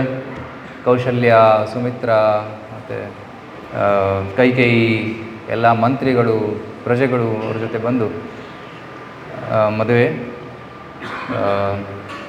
ಏನಂತಾರೆ, ಮದುವೆ ನಡೆಯುತ್ತೆ. So they get married. So ಸ್ವಲ್ಪ ದಿನ ಅಲ್ಲೇ ಇರ್ತಾರೆ ಮಿಥಿಲಾದಲ್ಲಿ. ಮಿಥಿಲಾ ಈಗ ಕರೆಂಟ್ ನೇಪಾಳಲ್ಲಿದೆ, ನೇಪಾಳ ದೇಶದಲ್ಲಿ. ಮದುವೆ ನಂತರ ವಾಪಸ್ ಬರ್ತಾಯಿದ್ರು. ದೇ ಕಮ್ ರಿಟರ್ನ್ ಬರುವಾಗ ಮಧ್ಯದಲ್ಲಿ ಇನ್ನೊಂದು ಪವಾಡ ನಡೆಯುತ್ತೆ. ಶಿವಧನುಸ್ಸು ಮುರಿದಿದ್ದು ನ್ಯೂಸು ಪರಶುರಾಮರಿಗೆ ಗೊತ್ತಾಯಿತು. ಗೊತ್ತಾದ ತಕ್ಷಣ ಯಾರು ಮುರಿದಿರೋದನ್ನು, who is capable of doing this, ಅವನ ಜೊತೆ ನಾನು ಯುದ್ಧ ಮಾಡ್ತೀನಿ, ಅಂಥ ಕ್ಷತ್ರಿಯ ಈ ಭೂಮಿಯಲ್ಲಿ ಇದ್ದಾನೆ ಅಂದರೆ ಅವನ ಜೊತೆ ನಾನು ಕೂಡ ಯುದ್ಧ ಮಾಡ್ತೀನಿ, ನೋಡೋಣ ಯಾರು ಗೆದ್ದಿದ್ದಾರೆ ಅಂತ. ಸೊ ದಶರಥ ಮಹಾರಾಜರು ಪ್ರೊಸೆಷನಲ್ಲಿ ಭಾರತದಲ್ಲಿ ಬರುವಾಗ ಅಲ್ಲಿ ಸಡನ್ನಾಗಿ ವಾತಾವರಣ ಬದಲಾಗುತ್ತೆ. ಜೋರಾಗಿ ಗಾಳಿ ಬೀಸೋದು ಸ್ಟಾರ್ಟ್ ಆಗುತ್ತೆ, ಧೂಳು ಏಳುತ್ತೆ, ಭಯಂಕರ ಶಬ್ದಗಳು, ಕಾಗೆ ಕೂಗ್ತಾ ಇದೆ, ಕತ್ತೆಗಳು ಕೂಗ್ತಾ ಇದ್ದಾವೆ, ಪ್ರಾಣಿಗಳು ಚೀರ್ತಾ ಇದ್ದಾವೆ. ಈ ಲಕ್ಷಣ ನೋಡಿದ ತಕ್ಷಣ ದಶರಥನ ಹೃದಯದಲ್ಲಿ ಕಂಪನ. It's familiar. ಹಿಂದೆ ಕೂಡ ಈ 350 ಬಾರಿ ಇದನ್ನು ನೋಡಿದ್ದೀನಿ ನಾನು. ಅವನೇ ಬರ್ತಾ ಇದ್ದಾನೆ, ಯಾರ ಭಯ ನನಗಿತ್ತು ಅವನೇ ಬರ್ತಾ ಇದ್ದಾನೆ. ಸೊ ತಕ್ಷಣ ಪರಶುರಾಮರು ಪ್ರಕಟವಾಗ್ತಾರೆ, ರಾಮಚಂದ್ರನ ಮುಂದೆ ನಿಂತ್ಕೊತಾರೆ. ಬಿಲ್ಲು ಬಾಣವನ್ನು ಇಟ್ಕೊಂಡು ನಿಂತಿದ್ರು, ಇನ್ನೊಂದು ಕೈಲಿ ಪರಶು ಕೊಡಲಿ ಇತ್ತು. ಸೊ ಇದನ್ನು ನೋಡಿ ದಶರಥನಿಗೆ ಭಯ ಆಯಿತು, ಕಾಲಿಗೆ ಬಿದ್ದು ನಮಸ್ಕಾರ ಮಾಡಿ, ಪ್ಲೀಸ್ ಪ್ಲೀಸ್ ಪ್ಲೀಸ್ ಪ್ಲೀಸ್, ಇದು ಮದುವೆ ಜಸ್ಟ್ ಮದುವೆ ಆಗಿದೆ, ದಯವಿಟ್ಟು ಡಿಸ್ಟರ್ಬ್ ಮಾಡಬೇಡಿ. ಆಗ ಪರಶುರಾಮರು ಹೇಳ್ತಾರೆ ರಾಮನ ಥರ ನೋಡಿ, ನೀನೇ ನಾ ಮುರಿದಿದ್ದು? ಹೌದು, ನಾನೇ ಮುರಿದಿದ್ದು. ನಿನ್ನಲ್ಲಿ ಅಷ್ಟೇ ಶಕ್ತಿ ಇದ್ದಿದ್ರೆ ನನ್ನ ಕೈಯಲ್ಲಿ ಬಿಲ್ಲು ಬಾಣವಿದೆ, ಇದನ್ನು ಎತ್ತಿ ತೋರಿಸು. ರಾಮ ಸೇಸ್ ಆಲ್ ರೈಟ್, ನನ್ನ ಜೊತೆ ಯುದ್ಧ ಮಾಡು. ಇದೆ. So Ramachandra within A fraction of a second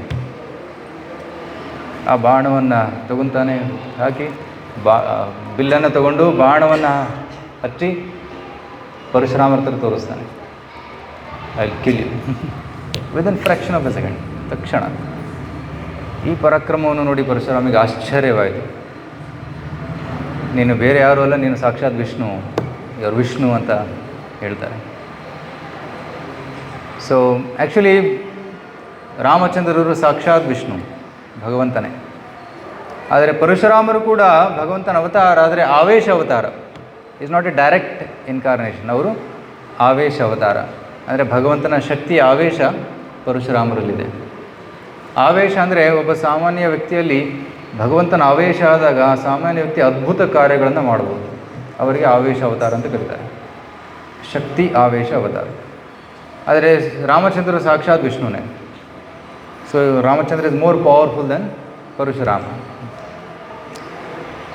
ಆಗ ಪರಶುರಾಮ ಹೇಳ್ತಾನೆ, ಆಯಿತು, ಐ ಲೂಸ್, ನಾನು ಸೋತಿದ್ದೀನಿ. ಆದರೆ ರಾಮ ಹೇಳ್ತಾನೆ, ಬಾಣ ಆಲ್ರೆಡಿ ಬಿಲ್ಲನ ಮೇಲೆ ನಿಂತಿದೆ, ಇದು ವ್ಯರ್ಥ ಆಗುವಾಗಿಲ್ಲ, ಏನು ಮಾಡಲಿ ನಾನು? Should I shoot at your body and kill you, or ನಿನ್ನನ್ನು ಕೊಲ್ತೀನಿ, ಅಥವಾ ನಿನ್ನ ತಪೋಬಲವನ್ನು ನಾಶ ಮಾಡ್ತೀನಿ, ಹೇಳಿ ಏನು ಮಾಡಲಿ? ಆಗ ಪರಶುರಾಮ ಹೇಳ್ತಾರೆ, ಆಯಿತು, ನನ್ನ ತಪೋಬಲವನ್ನು ನಾಶ ಮಾಡು, ನಾನು ಮತ್ತೆ ತಪಸ್ಸು ಮಾಡಿ ನಾನು ತಪೋಬಲವನ್ನು ಬೆಳೆಸ್ಕೋಬೋದು, ಬಟ್ ನಾನು ಶರೀರ ಇದ್ದರೆ ನಾನು ತಪಸ್ಸು ಮಾಡೋಕ್ಕೆ ಸಾಧ್ಯ, ಸೊ ಲೀವ್ ಮೈ ಬಾಡಿ ಅಂತ. ಆಗ ಪರಶುರಾಮರನ್ನು ಬಿಟ್ಬಿಡ್ತಾರೆ. ಪರಶುರಾಮರು ಹೋಗಿ ಮತ್ತೆ ತಪಸ್ಸು ಮಾಡೋಕ್ಕೆ ಕೂತ್ಕೋತಾರೆ. ಸೊ ಈ ರೀತಿ ರಾಮ ಮತ್ತು ಪರಶುರಾಮ, ವಿಷ್ಣು ವರ್ಸಸ್ ವಿಷ್ಣು ಯುದ್ಧ, ಇದು ಭಗವಂತನ ಲೀಲೆ, ಇಸ್ ಆಲ್ ಭಗವಂತನ ಲೀಲೆ.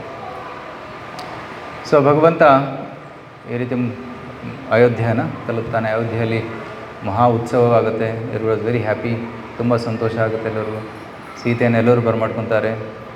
ಸೊ ಸೀತಾರಾಮ ಇಬ್ಬರು ಅರಮನೆಯಲ್ಲಿರ್ತಾಯಿದ್ರು. ಇಲ್ಲಿ ಕೌಶಲ್ಯ, ಸುಮಿತ್ರ, ಕೈಕೇಯಿ ತಮ್ಮ ತಮ್ಮ ಮಕ್ಕಳ ಜೊತೆ ಆರಾಮಾಗಿರ್ತಾಯಿದ್ರು. ಅಯೋಧ್ಯೆಯಲ್ಲಿ ಅತಿ ಸಂಭ್ರಮದ ಒಂದು ದೃಶ್ಯ ಎಲ್ಲ ಕಡೆ ಕಾಣಿಸ್ತಾ ಇತ್ತು. ಅಯೋಧ್ಯ ನಗರಿಯಲ್ಲಿ ರಾಮರಾಜ್ಯದ ಲಕ್ಷಣಗಳನ್ನು ನಾವು ಕಾಣ್ಬೋದಿತ್ತು. ಅಲ್ಲಿ ಅತಿವೃಷ್ಟಿ ಇರಲಿಲ್ಲ, ಅನಾವೃಷ್ಟಿ ಇರಲಿಲ್ಲ, ಎಲ್ಲ ಸಕಲ ಸಂಪನ್ಮೂಲಗಳು ಜನರಿಗೆ ಒದಗ್ತಾ ಇತ್ತು. ಅತಿ ಬಿಸಿಲಿರಲಿಲ್ಲ, ಅತಿ ಸೆಕೆ ಇರಲಿಲ್ಲ, ಅತಿ ಚಳಿ ಇರಲಿಲ್ಲ, ಸೂಕ್ತವಾದ ವಾತಾವರಣ, ಅಂತಹ ಒಂದು ವ್ಯವಸ್ಥೆ ಅಲ್ಲಿತ್ತು. ಯಾಕೆಂದರೆ ಸಾಕ್ಷಾತ್ ರಾಮನೇ ಅಲ್ಲಿ ಉಪಸ್ಥಿತನಿದ್ದ. ಎಲ್ಲ ಚೆನ್ನಾಗಿ ನಡೀತಾ ಇತ್ತು. ಆದರೆ suddenly there is a twist in the tale. Right. ರಾಮಚಂದ್ರರು ನಮಗೂ ಕೂಡ ತಮ್ಮ ಜೀವನದಿಂದ ನಮಗೂ ಕೂಡ ಪಾಠ ಕಲಿಸ್ತಾರೆ. ನಮ್ಮ ಜೀವನದಲ್ಲಿ ಯಾವಾಗಲೂ ಒಳ್ಳೆಯದಾಗೋದಿಲ್ಲ, ಕೆಲವೊಂದು ಪ್ರಾಬ್ಲಮ್ಸ್ ಬರ್ತಾ ಇರ್ತವೆ. ಎಲ್ಲ ಒಳ್ಳೆಯದು ನಡೀತಾ ಇದೆ, ಚೆನ್ನಾಗಿ ನಡೀತಾ ಇದೆ ಅಂತ ಅಂದ್ಕೊತೀವಿ, ಬಟ್ ಸಡನ್ನಾಗಿ ಏನೋ ಪ್ರಾಬ್ಲಮ್ ಉಂಟಾಗುತ್ತೆ. ಅಯೋಧ್ಯೆಯಲ್ಲಿ ಕೂಡ ಎಲ್ಲ ಚೆನ್ನಾಗಿ ನಡೀತಾ ಇತ್ತು, ಸಡನ್ನಾಗಿ ಪ್ರಾಬ್ಲಮ್ ಸ್ಟಾರ್ಟ್ ಆಯಿತು. ಅದು ಎಲ್ಲಿಂದ ಸ್ಟಾರ್ಟ್ ಆಯಿತು? ಒಂದಿನ ದಶರಥ ಮಹಾರಾಜರಿಗೆ ಕನಸು ಬಂತು. ಕನಸಲ್ಲಿ ನೋಡ್ತಾರೆ, ಕನಸಲ್ಲಿ ಏನು ಅಪಶಕುನಗಳನ್ನು ನೋಡ್ತಾರೆ. ಅಂದರೆ ಅವರ ಮೃತ್ಯು ನಿಕಟವಾಗಿದೆ ಅಂತ ಅವರಿಗೆ ಗೊತ್ತಾಗುತ್ತೆ. ನಿನ್ನೆ ನಾವು ಕೇಳ್ತಾ ಇದ್ದವಲ್ಲ ಸುಂದರಕಾಂಡದಲ್ಲಿ, ರೈಟ್, ತ್ರಿಜಟ ರಾಕ್ಷಸಿ ಕನಸು ಬಿತ್ತು. ರಾವಣ ಒಂದು ಕತ್ತೆ ಮೇಲೆ ಮೈಯೆಲ್ಲ ಎಣ್ಣೆ ಸವರಿಕೊಂಡು, ರೈಟ್, ಒಂದು ತಲೆ ಮುಂಡಿಸಿಕೊಂಡು ಕೆಂಪು ಹೂಮಾಲೆಯನ್ನು ಹಾಕ್ಕೊಂಡು ಕತ್ತೆ ಮೇಲೆ ಮೆರವಣಿಗೆ ಮಾಡ್ತಾ ಇದ್ದಾನೆ. ಆ ರೀತಿ ದಶರಥ ಮಹಾರಾಜರಿಗೆ ಕನಸು ಕಂಡಿತು. ಅವ್ರಿಗೆ ತಕ್ಷಣ ಭಯ ಆಯಿತು. ಅಯ್ಯೋ, ನನ್ನ ಅಂತ್ಯ ಬರ್ತಾ ಇದೆ. ಅದನ್ನು ನನ್ನ ಇನ್ನೊಂದು ಮುಖ್ಯ ರೆಸ್ಪಾನ್ಸಿಬಿಲಿಟಿ ಇದೆ, ಅದನ್ನು ನಾನು ಪೂರೈಸಬೇಕು. ನಾನು ರಾಜನ ಕರ್ತವ್ಯ, ಈ ರಾಜ್ಯಕ್ಕೆ ಇನ್ನೊಬ್ಬ ರಾಜನನ್ನು ಕೊಡಬೇಕು ನಾನು, ಅದು ನನ್ನ ಕರ್ತವ್ಯ. ಅದೊಂದು ಮುಗಿಸಿಬಿಟ್ರೆ ನಾನು ನಿಶ್ಚಿಂತನಾಗಿ ದೇಹತ್ಯಾಗ ಮಾಡ್ಬೋದು. ಸೊ ರಾಜನಾಗಲು ಯಾರು ಅರ್ಹರಿದ್ದಾರೆ? ನನ್ನ ಹಿರಿಯ ಮಗ Ramachandra, without any question. So ತಕ್ಷಣ ವಶಿಷ್ಠರು ಮತ್ತು ಎಲ್ಲ ಮಂತ್ರಿಗಳನ್ನು ಬರಮಾಡಿಕೊಂಡು ಮೀಟಿಂಗ್ ಮಾಡಿ, ನನ್ನ ಆಸೆ ಇದೆ, ರಾಮನನ್ನು ನಾನು ರಾಜನಾಗಿ ಘೋಷಿಸಬೇಕು, ನಾನು ಪಟ್ಟಾಭಿಷೇಕ ಮಾಡಬೇಕು, ಅದಕ್ಕೆ ನಿಮ್ಮ ಒಪಿನಿಯನ್ ಏನು ಅಂತ ಎಲ್ಲರಿಗೂ ಕೇಳ್ತಾನೆ. ಎಲ್ಲರಿಗೂ ಸಂತೋಷ, ಇಷ್ಟು ಸಂತೋಷ ಪಡ್ತಾರೆ ಎಲ್ಲರೂ. They become so happy, so excited. ಎಲ್ಲರೂ ಒಪ್ಕೊಂಡ್ಬಿಡ್ತಾರೆ ತಕ್ಷಣ, ವಿದೌಟ್ ಎನಿ ಆರ್ಗ್ಯುಮೆಂಟ್. ಅಂತಹ ಚರಿತ್ರವಂತ ಶ್ರೀರಾಮ. ಸೊ ಸುದ್ದಿ ಅಯೋಧ್ಯ ನಗರದಲ್ಲಿ ಎಲ್ಲರಿಗೂ ತಲುಪಿದಾಗ ಎಲ್ಲರಿಗೂ ತುಂಬ ಸಂತೋಷ. ಇದನ್ನು ನೋಡಿ ದಶರಥ ಮಹಾರಾಜರಿಗೆ ಆಶ್ಚರ್ಯ ಆಯ್ತಂತೆ. ಇಷ್ಟೊಂದು ಸೆಲೆಬ್ರೇಟ್ ಮಾಡ್ತಾ ಇದ್ದಾರೆ, ನಾನು ಸ್ಟೆಪ್ ಡೌನ್ ಆಗಿ ರಾಮನನ್ನು ರಾಜನಾಗಿ ಘೋಷಣೆ ಮಾಡೋದಕ್ಕೆ ಇಷ್ಟೊಂದು ಸಂತೋಷ, ನನಗೆ ಏನಾದರೂ ತಪ್ಪಾಗ್ತಾ ಇತ್ತಾ ಇಷ್ಟು ವರ್ಷ? ಸೊ ಈ ರೀತಿ ಒಂದು ಯೋಚನೆ ಮಾಡೋಕ್ಕೆ ಸ್ಟಾರ್ಟ್ ಮಾಡ್ತಾರೆ. ನಾನು ಏನಾದರೂ ಆಡಳಿತದಲ್ಲಿ ಏನಾದರೂ ತಪ್ಪು ಮಾಡಿದ್ದೀನಾ, ಏನಾದರೂ ಯಾರಿಗೂ ತೊಂದರೆ ಕೊಟ್ಟಿದ್ದೀನಾ, ಈ ರೀತಿ ಸಂಶಯ ಉಂಟಾಯಿತು ಅವ್ರ ಮನಸ್ಸಲ್ಲಿ. But anyway they are happy that Ram is being coronated. ರಾಮನನ್ನು ರಾಜನಾಗಿ ಘೋಷಣೆ ಮಾಡ್ತಾ ಇದ್ದಾರಂತ ಎಲ್ಲರಿಗೂ ಸಂತೋಷ ಆಯಿತು. ಸೊ ರಾಮನ ಜನ್ಮ ನಕ್ಷತ್ರ ಬರ್ತಾ ಇತ್ತು. ಆದ ಕಾರಣ ದಶರಥ ಮಹಾರಾಜ ಹೇಳ್ತಾನೆ, ನಾಳೆ ರಾಮನ ಜನ್ಮ ನಕ್ಷತ್ರ, ನಾಳೆ ಈ ಕಾರ್ಯ ಮಾಡೋಣ ನಾವು. So then sudden everywhere announcement was made. ಎಲ್ಲರೂ ಸಿದ್ಧತೆ ಮಾಡ್ತಾಯಿದ್ರು. ವಶಿಷ್ಠರು ಕೂಡ ಎಲ್ಲ ಪುಣ್ಯ ನದಿಗಳಿಂದ ನೀರು ತರ್ತಾಯಿದ್ರು ಪಟ್ಟಾಭಿಷೇಕ ಮಾಡೋದಕ್ಕೆ. ಸೊ ಎಲ್ಲ ಸಿದ್ಧತೆ ವಿಜೃಂಭಣೆಯಿಂದ ನಡೀತಾ ಇತ್ತು. ಇಲ್ಲಿ ಒಂದು ಕಡೆ ಕೈಕೇಯಿಯ ಅರಮನೆಯ ಮೇಲೆ ಮಂಥರ ನಿಂತುಕೊಂಡು ನೋಡ್ತಾ ಇದ್ದಾಳೆ. ಏನಿದು ಇಷ್ಟೊಂದು ಸಂಭ್ರಮ, ಏನು ಸುದ್ದಿ, ಏನು ವಿಶೇಷ ಆಯಿತು? ಆಗ ಇನ್ನೊಬ್ರು ಹೇಳ್ತಾರೆ, ನಾಳೆ ರಾಮ ರಾಜನಾಗ್ತಾನೆ. ಹೌದಾ? ನಾನು ಇದನ್ನು ಮಾಡೋದು ಬಿಡೋದಿಲ್ಲ. I will not allow this to happen. Actually here Manthara was empowered by ದೇವತೆಗಳು. ಅವರ ಬುದ್ಧಿಯನ್ನು ತಿರುಗಿಸಿ ಮಂಥರೆಯಿಂದ ಈ ಕಾರ್ಯವನ್ನು ಮಾಡ್ತಾನೆ. ದೇವತೆಗಳಿಗೆ ಭಯ ಆಗ್ತಿತ್ತು, ರಾಮ ಇಲ್ಲೇ ಇದ್ದುಬಿಟ್ರೆ ರಾವಣನ ಕೊಲ್ಲೋರು ಯಾರು? ದಂಡಕಾರಣ್ಯದಲ್ಲಿ ರಾಕ್ಷಸರನ್ನು ಕೊಲ್ಲೋರು ಯಾರು? ರಾಮ ಹೋಗಲೇಬೇಕಲ್ಲ. ಸೊ ಮಂಥರೆಯನ್ನು ನಿಮಿತ್ತವಾಗಿ ಬಳಸಿಕೊಂಡು ಅವಳಿಂದ ಈ ಒಂದು ಕಾರ್ಯವನ್ನು ಸಂಪನ್ನಗೊಳಿಸ್ತಾರೆ. And Manthara was the caretaker of Kaikeyi. Kaikeyi ಹುಟ್ಟಿದ ತಕ್ಷಣ ತಾಯಿ ತೀರ್ಕೊಂಡಿದ್ಲು. ಸೊ ಕೈಕೇಯಿಯನ್ನು ಬೆಳೆಸಿದವಳು ಮಂಥರ, ತಾಯಿ ಥರ ನೋಡ್ಕೊಂಡಿದ್ಲು. ಸೊ ಮಂಥರ ಹೋಗಿ ಕೈಕೇಯಿಗೆ ಹೇಳ್ತಾಳೆ. ಸೊ ಮಂಥರ ಕೈಕೇಯಿ ಮುಂದೆ ಹೋದ ತಕ್ಷಣ ಕೈಕೇಯಿ ಕೇಳ್ತಾಳೆ, ಏನು ವಿಶೇಷ? ಗೊತ್ತಿಲ್ಲ ನಿನಗೆ ಸುದ್ದಿ? ಯಾವ ಸುದ್ದಿ? ನಾಳೆ ರಾಮನ ಪಟ್ಟಾಭಿಷೇಕ ಆಗೋದಿದೆ. ಹೌದಾ? ಎಂಥ ಒಳ್ಳೆ ಸುದ್ದಿ ಕೊಟ್ಟಿದೆಯಾ, ತಗೋ ಈ ಚಿನ್ನದ ಸರ, ಈಗ ತಗೋ ಮುತ್ತಿನ ಹಾರ ಅಂತ ಕೊಟ್ಬಿಡ್ತಾಳೆ. ಅವಳಿಗೂ ಸಂತೋಷ ಆಯಿತು ಕೈಕೇಯಿಗೆ, ಅಂತಹ ಅಷ್ಟು ಪ್ರೀತಿ ರಾಮನ ಮೇಲೆ. ಬಟ್ ದೆನ್ ಮಂಥರ ಸರವನ್ನು ತೊಗೊಂಡು ಕೆಳಗಡೆ ಬಿಸಾಕ್ತಾರೆ. ಅರ್ಥ ಆಗ್ತಾ ಇಲ್ವ ನಿನಗೆ? ಏನು ಮೂರ್ಖಳು? ಏನು ಸಂತೋಷದ ವಿಷಯ, ರಾಮ ರಾಜನಾಗ್ತಾನೆ. ಇದರ ಹಿಂದೆ ಒಂದು ಸಂಚಿದೆ, ಒಂದು there is a plot behind this. ಏನು ನನಗಂತೇನು ಕಾಣಿಸ್ತಾ ಇಲ್ಲ? ನೋಡು ಕೈಕೇಯಿ, ಯೋಚನೆ ಮಾಡು. ರಾತ್ರೋರಾತ್ರಿ ಈ ಸಿದ್ಧತೆ ನಡೀತಾ ಇದೆ. ಭರತ ಇಲ್ಲಿಲ್ಲ, ನಿನ್ನ ಮಗ ಭರತ ಇಲ್ಲಿಲ್ಲ. ಇದರ ಅರ್ಥ ಏನು? ಸೊ ಈ ರೀತಿ ಚುಚ್ಚು ಮಾತುಗಳಿಂದ, ವ್ಯಂಗ್ಯ ಮಾತುಗಳಿಂದ ಕೈಕೇಯಿಯ ತಲೆಯನ್ನು ಕೆಡಿಸ್ಬಿಡ್ತಾಳೆ. ಭರತ ಇಲ್ಲಿಲ್ಲ, ಶತ್ರುಘ್ನ ಇಲ್ಲಿಲ್ಲ. ಸೊ ಇದರ ಅರ್ಥ ಏನು? ಭರತನ ಏನಂತಾರೆ ಅನುಪಸ್ಥಿತಿಯಲ್ಲಿ ಈ ಕಾರ್ಯ ನಡೀತಾ ಇದೆ. ಇದರ ಅರ್ಥ ದಶರಥ ಮಹಾರಾಜರಿಗೆ ಭರತ ಇಷ್ಟ ಇಲ್ಲ, ನೀನು ಇಷ್ಟ ಇಲ್ಲ. ಕೌಶಲ್ಯಾದೇವಿ ಭರತನಿಗೆ ತುಂಬ ಇಷ್ಟ. ಅದಕ್ಕೆ ಕೌಶಲ್ಯದೇವಿಯ ಮಗನನ್ನು ರಾಜನಾಗಿ ಘೋಷಣೆ ಮಾಡ್ತಾ ಇದ್ದಾರೆ. ನಿನ್ನ ಮಗನನ್ನು ರಾಜನಾಗಿ ಘೋಷಣೆ ಮಾಡ್ತಾ ಇಲ್ಲ. ಆ್ಯಕ್ಚುಲಿ ರಾಜನಾಗೋದಕ್ಕೆ ನಿನ್ನ ಮಗನೇ ಅರ್ಹನು, ಭರತನೇ ರಾಜನಾಗಬೇಕು ಅಂತ ಹೇಳಿ ಕೈಕೇಯಿಯ ಮನಸ್ಸನ್ನು ಬದಲಾಯಿಸ್ತಾಳೆ, ನಿಧಾನವಾಗಿ ಬದಲಾಯಿಸ್ತಾಳೆ. ರಾಮ ರಾಜನಾಗಿ ಬಿಟ್ಟರೆ ಕೌಶಲ್ಯ ದೇವಿಯ ಮಹಿಮೆ ಹೆಚ್ಚಾಗುತ್ತೆ. ಆಗ ನಿನ್ನನ್ನು ಯಾರೂ ನೋಡೋದಿಲ್ಲ. ಯಾರು ನಿನ್ನ ಬಗ್ಗೆ ಕಾಳಜಿ ವಹಿಸೋದಿಲ್ಲ. ದಶರಥ ಕೂಡ ನಿನ್ನನ್ನು ನೆಗ್ಲೆಕ್ಟ್ ಮಾಡಿಬಿಡ್ತಾನೆ. ಭರತನನ್ನು ಯಾರೂ ನೋಡೋದಿಲ್ಲ. ಈ ರೀತಿ ನೀನು ಖಿನ್ನತೆಗೊಳಗಾಗ್ತೀಯಾ? ಸೊ ಇದೇ ಸೂಕ್ತವಾದ ಸಮಯ. ಎದ್ದೇಳು ಕೈಕೇಯಿ, ನೆನಪಿದೆಯಾ ನಿನಗೆ ದಶರಥ ಮಹಾರಾಜ 2 ವಚನಗಳನ್ನು ಕೊಟ್ಟಿದ್ದ. ಆ 2 ಮಾತುಗಳನ್ನು ಈಗ ನೀನು ಬೇಡ್ಕೊ. ಹೌದು, ಹಿಂದೆ ದಶರಥ ಯುದ್ಧ ಮಾಡುವಾಗ, ದಶರಥ ಮಹಾಪರಾಕ್ರಮಿ, ಅವನ ರಥ 10 ದಿಕ್ಕಿನಲ್ಲಿ ಚಲಿಸಬಹುದಿತ್ತು. ಅಂತಹ ಸಾಮರ್ಥ್ಯ ಅವನ ಥರ ಇತ್ತು. ಸೊ ಆ 2 ಯುದ್ಧ ಮಾಡುವಾಗ ಒಮ್ಮೆ ದಶರಥ ಮಹಾರಾಜ ತುಂಬ ಗಾಯ ಆಗಿತ್ತು. ಆಗ ನೀನು ಅವರ ಆರೈಕೆ ಮಾಡಿ ಅವರನ್ನು ಕಾಪಾಡಿದ್ದೆ. ಆಗ ದಶರಥ ಮಹಾರಾಜರು ನಿನಗೆ 2 ವರವನ್ನು ಕೊಟ್ಟಿದ್ದರು. ಅದನ್ನು ನೀನು ನಂತರ ಕೇಳ್ತೀಯ ಅಂತ ಹೇಳಿದ್ದೆ. ಸೊ ಈಗ ಕೇಳು. Yes correct. ಏನು ಕೇಳಿ ನಾನು? ರಾಮ 14 ವರ್ಷ ವನವಾಸಕ್ಕೆ ಹೋಗಬೇಕು ಮತ್ತು ಭರತ ರಾಜನಾಗಬೇಕು. 2 ವರವನ್ನು ಕೇಳು. ಮತ್ತು ಎಲ್ಲ ಪ್ಲ್ಯಾನ್ ಹೇಳ್ಕೊಡ್ತಾಳೆ. ನೀನು ಎಲ್ಲ ಕೂದಲನ್ನು ಲೂಸ್ ಮಾಡು, ಒಡವೆಗಳನ್ನು ಬಿಚ್ಚಾಕು, ಸರಳ ಸೀರೆಯನ್ನು ಉಟ್ಕೊಂಡು ಕೋಪಗ್ರಹದಲ್ಲಿ ಮಲ್ಕೊಂಡು, ಎಲ್ಲ ಪ್ಲ್ಯಾನ್ ಹೇಳ್ಕೊಡ್ತಾಳೆ ಏನು ಮಾಡಬೇಕು ಅಂತ. ಸೊ ಕೈಕೇಯಿ ಅದೇ ರೀತಿ ಮಾಡ್ತಾಳೆ. ದಶರಥ ಮಹಾರಾಜರ ಕೈಕೇಯಿನ ಭೇಟಿಯಾಗಿ ಬರ್ತಾರೆ. ನೋಡ್ತಾರೆ, ರೂಮಲ್ಲಿಲ್ಲ, ಬೆಡ್ರೂಮಲ್ಲೂ ಇಲ್ಲ. ಎಲ್ಲಿದ್ದಾರೆ ಅಂತ ಕೇಳಿದಾಗ ಕೋಪಗ್ರಹದಲ್ಲಿದ್ದಾರೆ ಅಂದರೆ ಏನೋ ಪ್ರಾಬ್ಲಮ್ ಇದೆ ಅಂತ ಅರ್ಥ. ಹೋಗಿ ನೋಡ್ತಾರೆ, ಏನಾಯಿತು ಕೈಕೇಯಿ?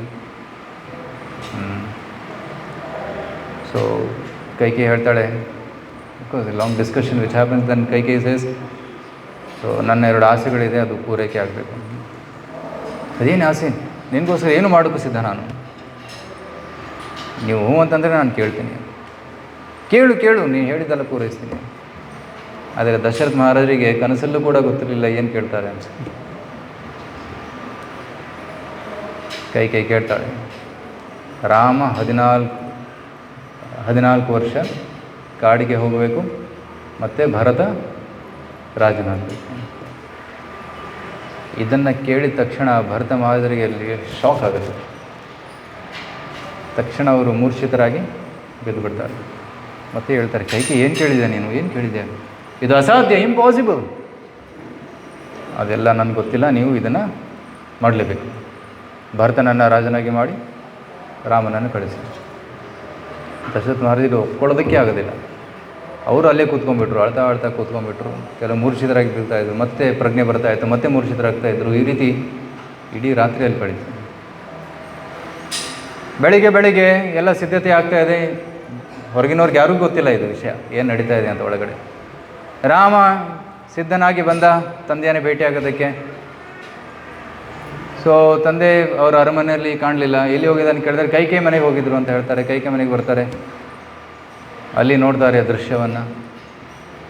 ಆ ದೃಶ್ಯವನ್ನು ತಂದೆ ತಾಯಿನು ಕೈಕೇಯಿ ಮತ್ತು ದಶರಥ ಮಹಾರಾಜರು ಇಬ್ಬರು ದುಃಖದಲ್ಲಿದ್ದಾರೆ, ಶೋಕಗ್ರಸ್ತರಾಗಿದ್ದಾರೆ. ಇದನ್ನು ಕೇಳಿ, ತಂದೆ ಏನಾಯಿತು?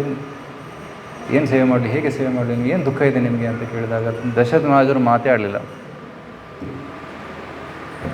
Just crying. ಆಗ ಕೈಕೇಯಿ ತುಂಬ ಗಂಭೀರವಾದ ಧ್ವನಿಯಲ್ಲಿ ಹೇಳ್ತಾರೆ, ನಿಮ್ಮ ತಂದೆ 2 ಆಸೆ ಇದೆ, 2 ಮಾತನ್ನು ಕೊಟ್ಟಿದ್ದಾರೆ, ಆದರೆ ಮಾತನ್ನು ಪೂರೈಸೋಕ್ಕಾಗ್ತಾ ಇಲ್ಲ. ಅದಕ್ಕೆ ಆಳ್ತಾ ಇದ್ದಾರೆ. ಏನು 2 ಮಾತುಗಳು? ನಾನು ಪೂರೈಸ್ತೀನಿ. ಹೇಳಿ, ನೀನು 14 ವರ್ಷ ಕಾಡಿಗೆ ಹೋಗಬೇಕು, ಭರತ ರಾಜನಾಗಬೇಕು. ಇಷ್ಟೇನಾ? ನಾನು ಹೋಗ್ತೀನಿ. ಇದು ರಾಮನಿಂದ ಈ ಚರಿತ್ರೆಯನ್ನು ಕೂಡ ಕಲಿಬೋದು. ಅದೇನೆಂದರೆ, ಒಂಚೂರು ಕೂಡ ಅಟ್ಯಾಚ್ಮೆಂಟ್ ಇಲ್ಲ, ರಾಜ್ಯಕ್ಕೂ ಅಟ್ಯಾಚ್ಮೆಂಟ್ ಇಲ್ಲ, ಯಾವುದೇ ಸಂಪತ್ತಿಗೂ ಅಟ್ಯಾಚ್ಮೆಂಟ್ ಇಲ್ಲ. ತಂದೆ ಮಾತು ಪೂರೈಸಬೇಕು ಅಷ್ಟೇ. ತಂದೆ ಮಾತನ್ನು ಪೂರೈಸಬೇಕು, ಅಂದರೆ ಗುರುಗಳ ಮಾತನ್ನು, ಹಿರಿಯರ ಮಾತನ್ನು ಪೂರೈಸಬೇಕು. ಅದು ನಮ್ಮ ಕರ್ತವ್ಯ, ಅದು ಮಕ್ಕಳ ಕರ್ತವ್ಯ, ಶಿಷ್ಯರ ಕರ್ತವ್ಯ. ಸೊ ಅದಕ್ಕೆ ಭಗವಂತನ ಇಚ್ಛೆ ಇದು ಅಂತಂದರೆ ತಂದೆ ಇಚ್ಛೆ ಇದಿದೆ ಅಂತ ನಾನು ಮಾಡ್ತೀನಿ. ಸೊ ಹಿಂದಿನ ದಿನ ನೀನು ರಾಜ ಅಂತ ಘೋಷಣೆ ಮಾಡಿದ್ರು, ಇವತ್ತು ಕಾಡಿಗೆ ಹೋಗು ಅಂತ ಹೇಳ್ತಾ ಇದ್ದಾರೆ. So total opposites, right? ಕೆಲವು ಭಕ್ತರ ಮಧ್ಯೆ ಕೂಡ ಕೆಲವೊಮ್ಮೆ ಆಗುತ್ತೆ, ಪ್ರಭುಜಿ ನಾಳೆ ನೀವು ಭಾಗವತಂ ಕ್ಲಾಸ್ ಕೊಡ್ತೀರಾ? ಹಾಂ, ಎಸ್ ಪ್ರಭುಜಿ ಕೊಡ್ತೀನಿ. ಬೆಳಗ್ಗೆ ನೋಡಿದರೆ ಯಾರೋ ಸೀನಿಯರ್ ಡ್ಯೂಟಿ ಬಂದಿದ್ದಾರೆ, ಪ್ರಭುಜಿ ಇವತ್ತು ನಿಮ್ಮ ಕ್ಲಾಸ್ ಕ್ಯಾನ್ಸಲ್, ಬೇರೆ ಸೀನಿಯರ್ ಡ್ಯೂಟಿ ಬಂದರೆ ಅವ್ರು ಕೊಡ್ತಾರೆ. ಇಷ್ಟೊಂದು ಪ್ರಿಪೇರ್ ಮಾಡಿದ್ದೆ, ಮೊದಲೇ ಹೇಳ್ಬೋದಿತ್ತಲ್ಲ. So like this it happens. ಹಾಗೆ ಮನಸ್ಸಲ್ಲಿ ಸ್ವಲ್ಪ ಡಿಸ್ಟರ್ಬೆನ್ಸ್ ಆಗುತ್ತೆ, ಆದರೆ ರಾಮನ ಮನಸ್ಸಲ್ಲಿ ಒಂಚೂರು ಡಿಸ್ಟರ್ಬೆನ್ಸ್ ಇಲ್ಲ. ಸ್ಥಿರ, ಅವರ ಮನಸ್ಸು ಸ್ಥಿರವಾಗಿತ್ತು. ನಾನು ಹೋಗ್ತೀನಿ ಅಂತ. ದಶರಥ ಹೋಗಬೇಡ ರಾಮ ಹೋಗಬೇಡ, ಇವಳು ಸುಮ್ಮನೆ ಈ ರೀತಿ ಮಾತು ಕೇಳ್ತಾ ಇದ್ದಾಳೆ, ಅವನ ಮಾತನ್ನು ಕೇಳಬೇಡ, ಯು ಬಿ ಹಿಯರ್. ಇಲ್ಲ ನೀವು ಅವಳಿಗೆ ಮಾತು ಕೊಟ್ಟಿದ್ದೀರಾ, ನಿಮ್ಮ ಮಾತನ್ನು ನಾನು ಪೂರೈಸ್ತೀನಿ, ನನ್ನ ಕಾಡಿಗೆ ಹೋಗ್ತೀನಿ, ಇವತ್ತೇ ಹೋಗ್ತೀನಿ. ರೆಡಿ ಆಗ್ತಾರೆ, ರಾಮ ರೆಡಿ ಆಗ್ತಾನೆ ಕಾಡಿಗೆ ಹೋಗೋದಕ್ಕೆ. ಫಸ್ಟ್ ಸೀತೆಗೆ ಹೇಳಿ ತಿಳಿಸ್ಬೇಕಲ್ಲ, ನನ್ನ ತಂದೆ ಆಸೆ ಇದೆ, ನಾನು ಕಾಡಿಗೆ ಹೋಗಬೇಕು ಅಂತ. ನೀನು ಇಲ್ಲೇ ಇರು, ತಾಯಿ ಕೌಶಲ್ಯನ್ನು ನೋಡ್ಕೊಂಡು ಮತ್ತು ತಂದೆಯನ್ನು ಕೂಡ ನೋಡ್ಕೊಂಡು, ಅಂದರೆ ನನ್ನ ತಂದೆಯನ್ನು ನೋಡ್ಕೊಂಡು ನಾನು ಕಾಡಿಗೆ ಹೋಗ್ತೀನಿ. ಸೀತಾದೇವಿ ಹೇಳಿದೆ, ನಾನು ನಿಮ್ಮ ಜೊತೆ ಬರ್ತೀನಿ, ನಾನು ನಿಮ್ಮ ಅರ್ಧಾಂಗಿನಿ, ಕಷ್ಟದಲ್ಲಾಗಲಿ ಸುಖದಲ್ಲಾಗಲಿ ನಾನು ನಿಮ್ಮ ಜೊತೆನೇ ಇರ್ತೀನಿ. ಆದರೆ ಸೀತಾ, ನೀನು ತುಂಬ ಕಷ್ಟ ಆಗುತ್ತಲ್ಲಿ, ನಿನ್ನನ್ನು ಇಲ್ಲಿವರೆಗೂ ಸೂರ್ಯ ಕೂಡ ನಿನ್ನನ್ನು ನೋಡಿಲ್ಲ, ನಿನ್ನ ಪಾದ ಭೂಮಿ ಸ್ಪರ್ಶ ಆಗಿಲ್ಲ, ಯಾವಾಗಲೂ ನೀನು ಅರಮನೆಯಲ್ಲಿ ಬೆಳೆದವಳು, ಅಲ್ಲಿ ಕಾಡಿನಲ್ಲಿ ಮಣ್ಣು ಕಲ್ಲು ಧೂಳು ಮತ್ತು ಮುಳ್ಳು, ತುಂಬ ಕಷ್ಟ, ಪ್ರಾಣಿಗಳು. ಇಲ್ಲ, ನಿಮ್ಮ ಜೊತೆ ನಾನು ಬರ್ತೀನಿ ಅಂತ. ಓಕೆ ಅಂತಾರೆ. ಸೊ ಇಬ್ಬರು ರೆಡಿ ಆಗ್ತಾರೆ. ಆಗ ಕೈಕೆ ಹೇಳ್ತಾಳೆ, ಈ ಬಟ್ಟೆಯಲ್ಲಿ ಹೋಗೋದಾ? ಇಲ್ಲ, ಬಟ್ಟೆ ಚೇಂಜ್ ಮಾಡು. ಸೊ ಕಾಡಲ್ಲಿ ಉಡುವಂತಹ ಏನಂತಾರೆ, ಮರದ ಪೊರಕೆಗಳನ್ನು ಮತ್ತು ಎಸೆಟಿಕ್ಸ್ ಡ್ರೆಸ್ ಅಂತ ಬಟ್ಟೆಯನ್ನು ಉಡಿಸ್ತಾರೆ. ಸೀತೆಗೆ ಉಡಿಸ್ತಾರೆ, ರಾಮನಿಗೆ ಉಡಿಸ್ತಾರೆ. ಆಗ ಲಕ್ಷ್ಮಣ ಕೂಡ ಬರ್ತಾನಲ್ಲ, ಅಣ್ಣ ನಾನು ಬರ್ತಾ ಇದ್ದೀನಿ, ನಾನು ರೆಡಿ. ಊರ್ಮೇಡಾಗ ಹೇಳಿ ಬಂದ, ಊರ್ಮೇಡ ನೀನು ಇಲ್ಲೇ ಇರೋ, ನಾನು ಹೋಗ್ತಾ ಇದ್ದೀನಿ. Stay here, I am going. So why? ಊರ್ಮೇಡ ಕೂಡ ಹೇಳ್ಬೋದಿತ್ತಲ್ಲ ನಾನು ಬರ್ತೀನಿ ಅಂತ, ಯಾಕೆ ಬರಲಿಲ್ಲ?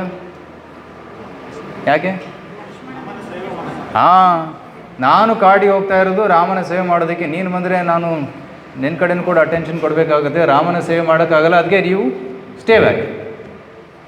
ಸೊ ಉರ್ಮಿಳಾದೇವಿದು ಕೂಡ ತ್ಯಾಗ. ಫಸ್ಟು ಸೀತೆಯ ತ್ಯಾಗ, ಸೀತೆ ಕೂಡ ಅರಮನೆ ಬಿಟ್ಟು ಹೋಗ್ತಾಳೆ. ರಾಮನ ತ್ಯಾಗ ಫಸ್ಟು, ರಾಮ ಕೂಡ ಅರಮನೆ ಬಿಟ್ಟು ಹೋಗ್ತಾನೆ, ಸೀತೆ ಕೂಡ ಹೋಗ್ತಾಳೆ, ಲಕ್ಷ್ಮಣ ಹೋಗ್ತಾನೆ, ಉರ್ಮಿಳ ಆಲ್ಸೋ ಸ್ಯಾಕ್ರಿಫೈಸ್ಡ್. ಸೊ ಈ ಕಥೆಯಲ್ಲಿ ಅಯೋಧ್ಯ ಕಾಂಡದಲ್ಲಿ ನಾವು ತ್ಯಾಗದ ಒಂದು ಲಕ್ಷಣವನ್ನು ನೋಡ್ಬೋದು. How everybody loved each other, right? For the sake of Dasharatha, Rama sacrificed. ರಾಮನಿಗೋಸ್ಕರ ಸೀತಾ ತ್ಯಾಗ ಮಾಡ್ತಾಳೆ, ಸೀತಾರಾಮಗೋಸ್ಕರ ಲಕ್ಷ್ಮಣ ತ್ಯಾಗ ಮಾಡ್ತಾನೆ, ಸೀತಾರಾಮ ಲಕ್ಷ್ಮಣರ ಸೇವೆಗೋಸ್ಕರ ಉರ್ಮಿಳ ತ್ಯಾಗ ಮಾಡ್ತಾಳೆ. ಸೊ ಈ ರೀತಿ ಆ ತ್ಯಾಗದ ಒಂದು ಭಾವನೆಗಳನ್ನು ನಾವು ಈ ಪಾತ್ರಗಳಲ್ಲಿ ಕಾಣಬಹುದು. ಸೊ ರಥದ ಮೇಲೆ ಆರೂಢರಾಗಿ ಸೀತಾರಾಮ ಲಕ್ಷ್ಮಣ ಹೋಗ್ತಾ ಇದ್ದಾರೆ. ಇಡೀ ಅಯೋಧ್ಯ ಅವರನ್ನು ಹಿಂಬಾಲಿಸ್ತಾರೆ. ಎಲ್ಲ ನಾಗರಿಕರಿಗೆ ತುಂಬ ದುಃಖ ಆಯಿತು. ರಾಮ ನಮ್ಮ ಪ್ರಾಣ, ನಮ್ಮ ಪ್ರಾಣವನ್ನು ಬಿಟ್ಟು ಹೇಗಿರೋದು ನಾವು? ರಾಮ ಕಾಡಿಗೆ ಹೋಗ್ತಾನಂದರೆ ನಾವು ಕೂಡ ಕಾಡಿಗೆ ಹೋಗ್ತೀವಿ. ಇವತ್ತು ಕಾಡು ಅಯೋಧ್ಯೆ ಆಗಲಿ, ಅಯೋಧ್ಯೆ ಕಾಡಾಗಲಿ ಅಂತ ಹೇಳ್ತಾರೆ. ಈ ರೀತಿ ಪ್ರತಿಕ್ರಿಯೆಯನ್ನು ನೋಡಿದ ತಕ್ಷಣ ಕೈಕೇಯಿಗೆ ಸಂಕೋಚ ಆಯಿತು. ನಾನು ಮಾಡಿದ ಸರಿ, ನಾಳೆ ಭರತ ಬರ್ತಾನೆ, ಇಲ್ಲಿ ಯಾರೂ ಇರೋದಿಲ್ಲ. She feels like that. ಆಗ ಸೀತಾರಾಮ ಲಕ್ಷ್ಮಣ ಹೋಗ್ತಾರೆ, ಅವ್ರ ಹಿಂದೆ ಇಡೀ ಅಯೋಧ್ಯೆ ಬರ್ತಾಯಿತ್ತು. ದಶರಥ ಮಹಾರಾಜರು ಕೈಕೇಯಿ ಅವರು ಅರಮನೆಯಲ್ಲೇ ಇದ್ದರು. ಸೊ ಈ ರೀತಿ Maheshwar, can you take this my? Hare Krishna Krishna Krishna Hare Hare, Hare Rama Rama Rama Hare Hare, Hare Krishna Krishna Krishna Hare Hare, Hare Rama Rama Rama Hare Hare, Hare Krishna Krishna Krishna. Keep it for emergency. So ಈ ರೀತಿ ಅಯೋಧ್ಯವಾಸಿಯರೆಲ್ಲರೂ ಹಿಂಬಾಲಿಸ್ಕೊಂಡು ಬರ್ತಾರೆ. ಇದನ್ನು ನೋಡಿ ರಾಮ ಹೇಳ್ತಾನೆ, ರಥ ನಿಲ್ಲಿಸು ಸುಮಂತ್ರ. ಅವರೆಲ್ಲರೂ ನಡ್ಕೊಂಡು ಬರ್ತಾರೆ, ನಾನು ಅವ್ರ ಜೊತೆ ನಡ್ಕೊಂಡು ಹೋಗ್ತೀನಿ, ಕಷ್ಟ ಆಗ್ತದೆ ಅವ್ರಿಗೆಲ್ಲ. ಸೊ ನಡ್ಕೊಂಡು ಹೋಗ್ತಾರೆ, ಸರಿಯು ನದಿ ತಟಕ್ಕೆ ಬರ್ತಾರೆ. ಅಲ್ಲಿ ರಾತ್ರಿ ವಿಶ್ರಾಂತಿ ತಗೊತಾರೆ. ರಾತ್ರಿ ಎಲ್ಲರೂ ಮಲಗಿದ್ದಾಗ ರಾಮ ಹೇಳ್ತಾನೆ, ರಥ ರೆಡಿ ಮಾಡು, ನಾವು ಹೋಗ್ತಾ ಇದ್ದೀವಿ.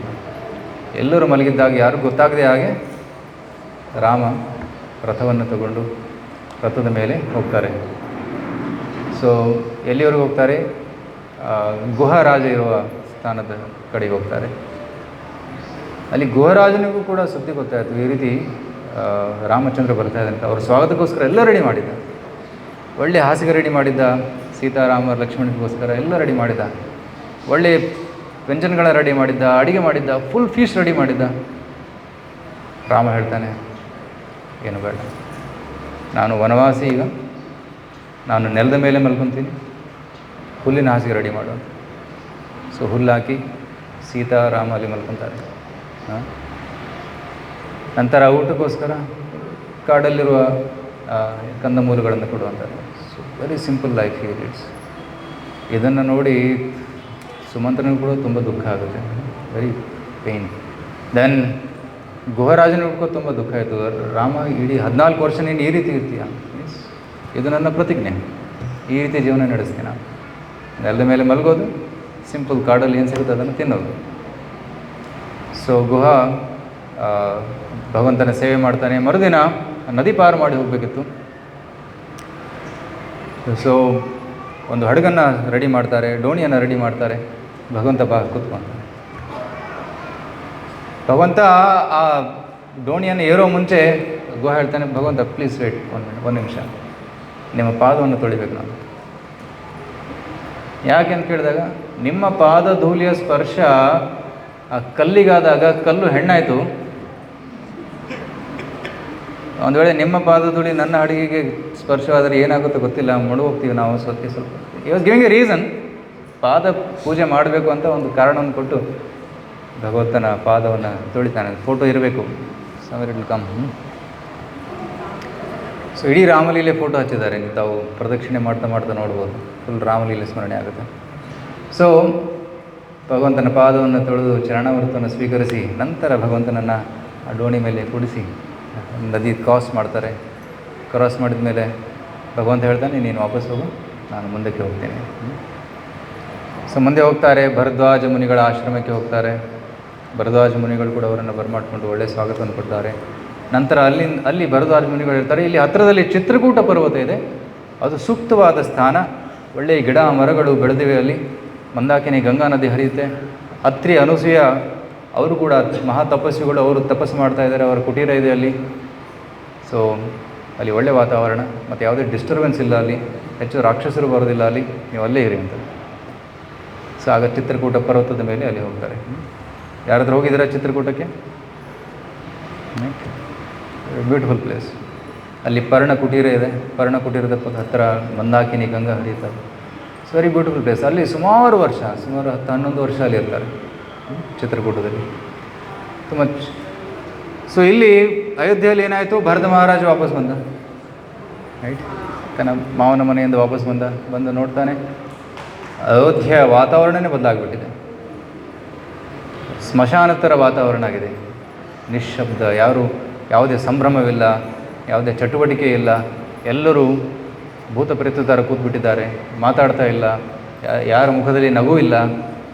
ಮತ್ತು ಭರತ ಬಂದಾಗ ಎಲ್ಲರೂ ತುಂಬ ವಿಜೃಂಭಣೆಯಿಂದ ಸ್ವಾಗತ ಮಾಡ್ತಾಯಿದ್ರು, ಸ್ವಾಗತ ಇಲ್ಲ, ಒಂದು ಹೂವಿನ ಹಾರ ಇಲ್ಲ, ಏನಿದು ಅಂತ ತುಂಬ ಕನ್ಫ್ಯೂಸ್ ಆಗಿಬಿಟ್ಟ ಭರತ.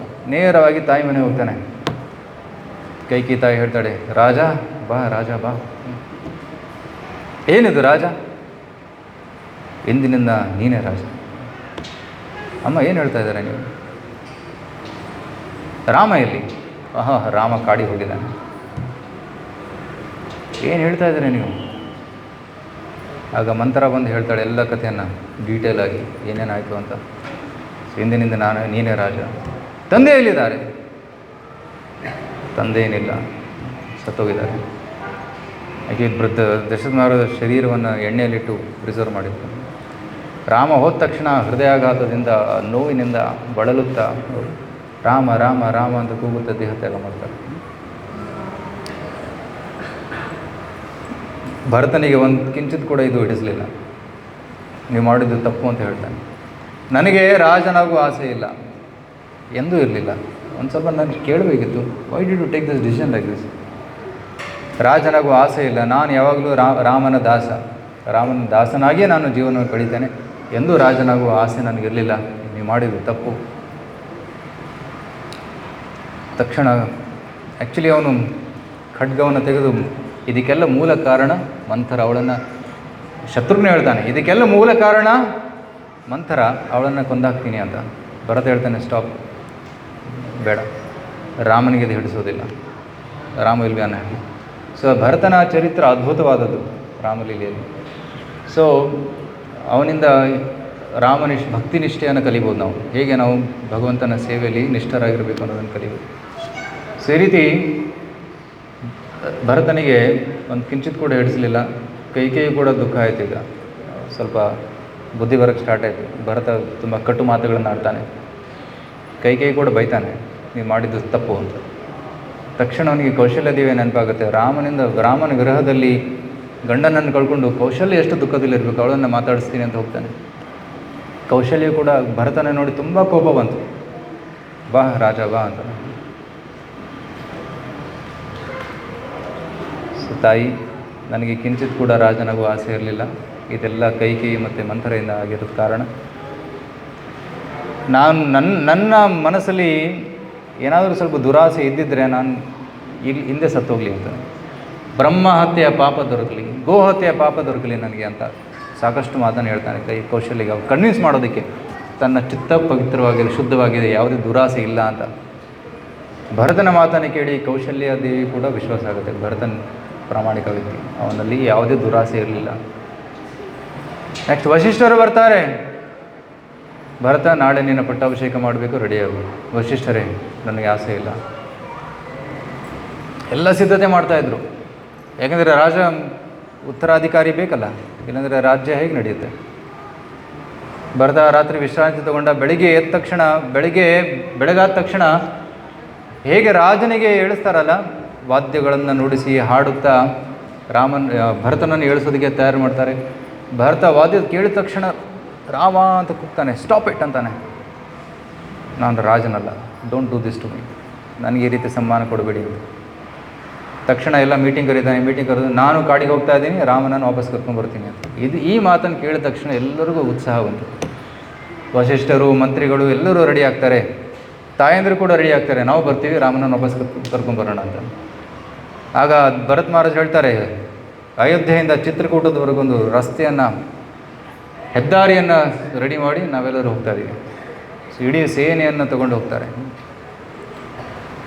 ಭರತ ಬರುವುದನ್ನು ನೋಡಿ ಗುಹರಾಜನಿಗೆ ಭಯ ಆಯಿತು. ಭರತ ಬರ್ತಾ ಇದ್ದಾನೆ, ಸೇನೆ ತೊಗೊಂಡು ಬರ್ತಾ ಇದ್ದಾನೆ. ಭರತನಿಗೆ ರಾಜನಾಗುವ ಇಚ್ಛೆ ಇತ್ತು.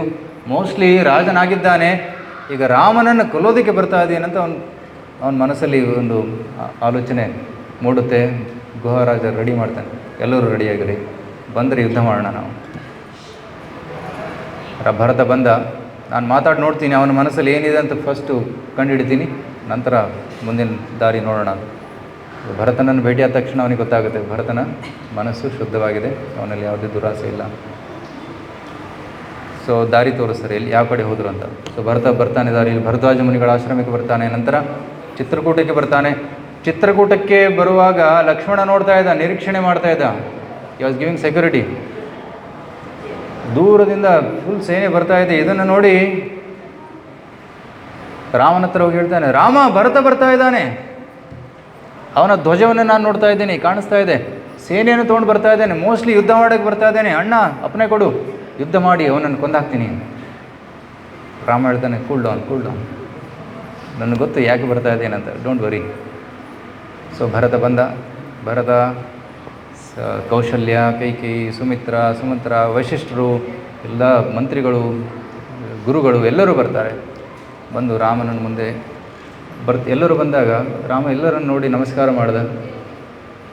ತಂದೆ ಎಲ್ಲಿ ಅಂತ ಕೇಳಿದ್ರೆ ಅವ್ರು ಬರಲಿಲ್ಲ, ನಾನು ಬರಬೇಕಿತ್ತು, ಅವ್ರು ಬರಲಿಲ್ಲ.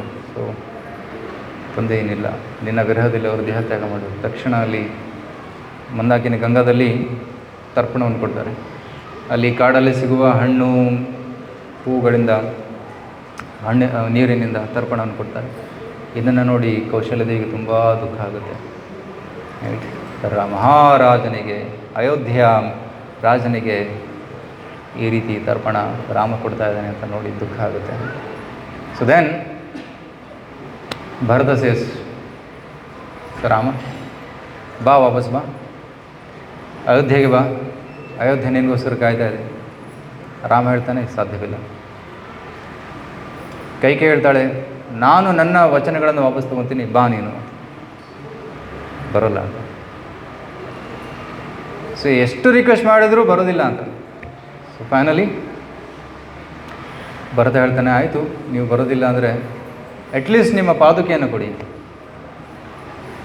ನಾನು ನಿಮ್ಮ ಸೇವಕ, ನಾನೆಂದೂ ರಾಜನಾಗೋದಿಲ್ಲ. ಆ್ಯಕ್ಚುಲಿ ರಾಮ ಸೇಸ್ ಭರತ ನೀನು ರಾಜನಾಗು, ನೀನು ಆಡಳಿತ ಮಾಡು. ಇಲ್ಲ, ನಿಮ್ಮ ಪಾದುಕೆ ಕೊಡಿ, ನಿಮ್ಮ ಪಾದುಕೆಯನ್ನು ಸಿಂಹಾಸನದ ಮೇಲೆ ಇಟ್ಟು ಡೈಲಿ ನಿಮಗೆ ರಿಪೋರ್ಟ್ ಕೊಡ್ತೀನಿ ನಾನು. ನೀವೇ ರಾಜ, ನಾನೇ ನಿಮ್ಮ ಸೇವಕ. ಸೊ ಈ ರೀತಿ ರಾಮ ತನ್ನ ಪಾದುಕೆಯನ್ನು ಕೊಡ್ತಾನೆ. ಪಾದುಕೆಯನ್ನು ತಲೆ ಮೇಲೆ ಹೊತ್ತು ವಾಪಸ್ ಬರ್ತಾನೆ. ಸೊ ವಾಪಸ್ ಬಂದು ಸಿಂಹಾಸನದ ಮೇಲೆ ಪಾದುಕೆಯನ್ನು ಇಟ್ಟು ಪಾದುಕೆಗೆ ಸೇವೆಯನ್ನು ಸಲ್ಲಿಸ್ತಾ ಇದ್ದ. ಪ್ರತಿದಿನ ರಿಪೋರ್ಟ್ ಮಾಡ್ತಾ ಇದ್ದ. ಅವನು ಅರಮನೆಯಲ್ಲಿ ಇರ್ತಾ ಇರಲಿಲ್ಲ ಭರತ. ಅಯೋಧ್ಯೆ ಹೊರಗಡೆ ಒಂದು ಹಳ್ಳಿ ಇತ್ತು, ನಂದಿ ಗ್ರಾಮದಲ್ಲಿ ಒಂದು ಗುಫೆ ಇತ್ತು ನೆಲದ ಒಳಗಡೆ. ಆ ಗುಫೆ ಒಳಗಡೆ ಇರ್ತಾ ಇದ್ದ.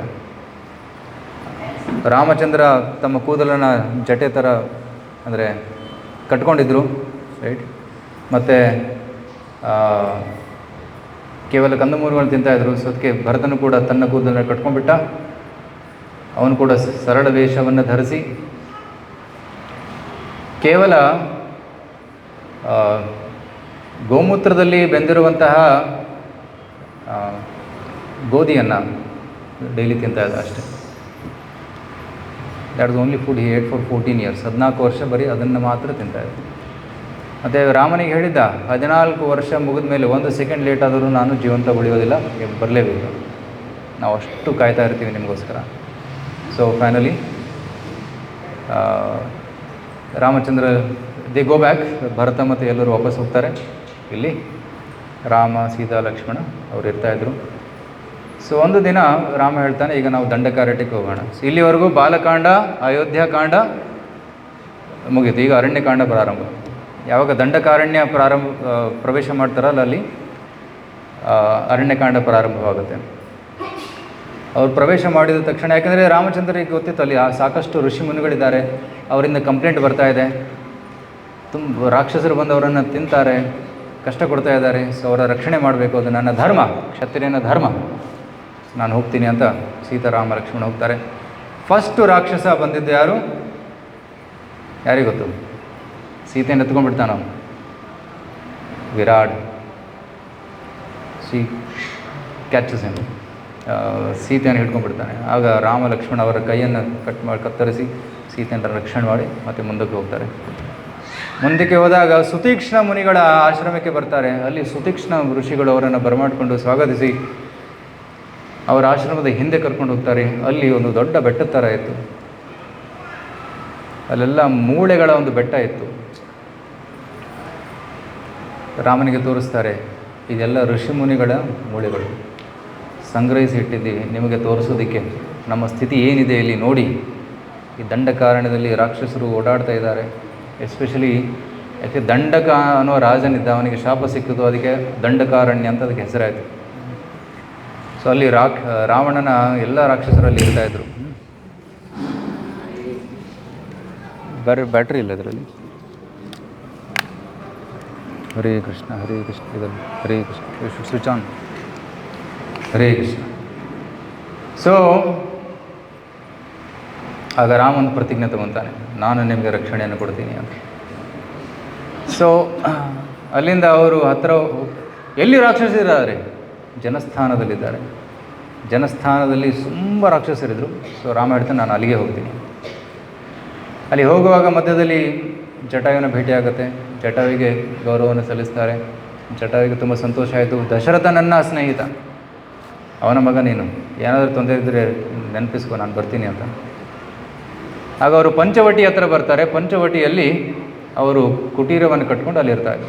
ಆ್ಯಂಡ್ ದ್ಯಾಟ್ ಇಸ್ ಹೆವಿಲಿ ಸುತ್ತಮುತ್ತ ಹಲವಾರು ರಾಕ್ಷಸರು. So Lakshmana was guarding always. ಮತ್ತು ರಾಮನ ಇನ್ನೊಂದು ಪ್ರತಿಜ್ಞೆ ಏನಿತ್ತಂದರೆ ಸೀತೆ ಮುಂದೆ ಯಾರನ್ನು ಕೊಲ್ಲೋದಿಲ್ಲ. ಇಡೀ ರಾಮಾಯಣದಲ್ಲಿ ನೀವು ನೋಡ್ತೀರ, ಸೀತೆ ಇರುವಾಗ ಯಾರನ್ನು ಕೊಂದಿರಲಿಲ್ಲ. ಸೊ ಸೀತೆ ಇಳಿದೇ ಇರುವಾಗ ಕೊಂದಿದ್ದ. So that is a mood of Rama. So ಒಂದು ದಿನ ಅಲ್ಲಿ ಶೂರ್ಪಣಖೆ ಬರ್ತಾಳೆ. ಇಬ್ಬರು ಮನುಷ್ಯರಿದ್ದಾರೆ, ತುಂಬ ಸುಂದರವಾಗಿದ್ದಾರೆ. ಸೊ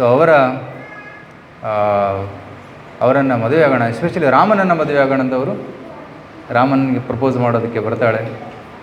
ರಾಮನನ್ನು ಮದುವೆ ಮಾಡ್ಬೋದು.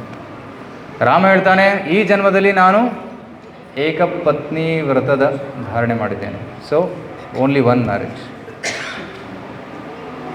ಸೊ ನೀವು ಬೇಕಿದ್ರೆ ಆ್ಯಂಡ್ ರಾಮ ಥಿಂಗ್ಸ್ ಸ್ವಲ್ಪ ತುಂಟಾಟ ಮಾಡೋಣ, ಸ್ವಲ್ಪ ಜೋಕಿಂಗ್ ಮಾಡೋಣ. ಲಕ್ಷ್ಮಣ ಒಬ್ಬನೇ ಇದ್ದಾನೆ ಇಲ್ಲಿ, ಅವನಿಗೆ ಕೇಳು, ಅವನು ಒಪ್ಕೊಂಡ್ರೆ ಅವನು ಕೂಡ ತುಂಬ handsome, try him. So Shurpanakhi ಹೋಗ್ತಾಳೆ, ಕೇಳ್ತಾಳೆ, Lakshmana please marry me. No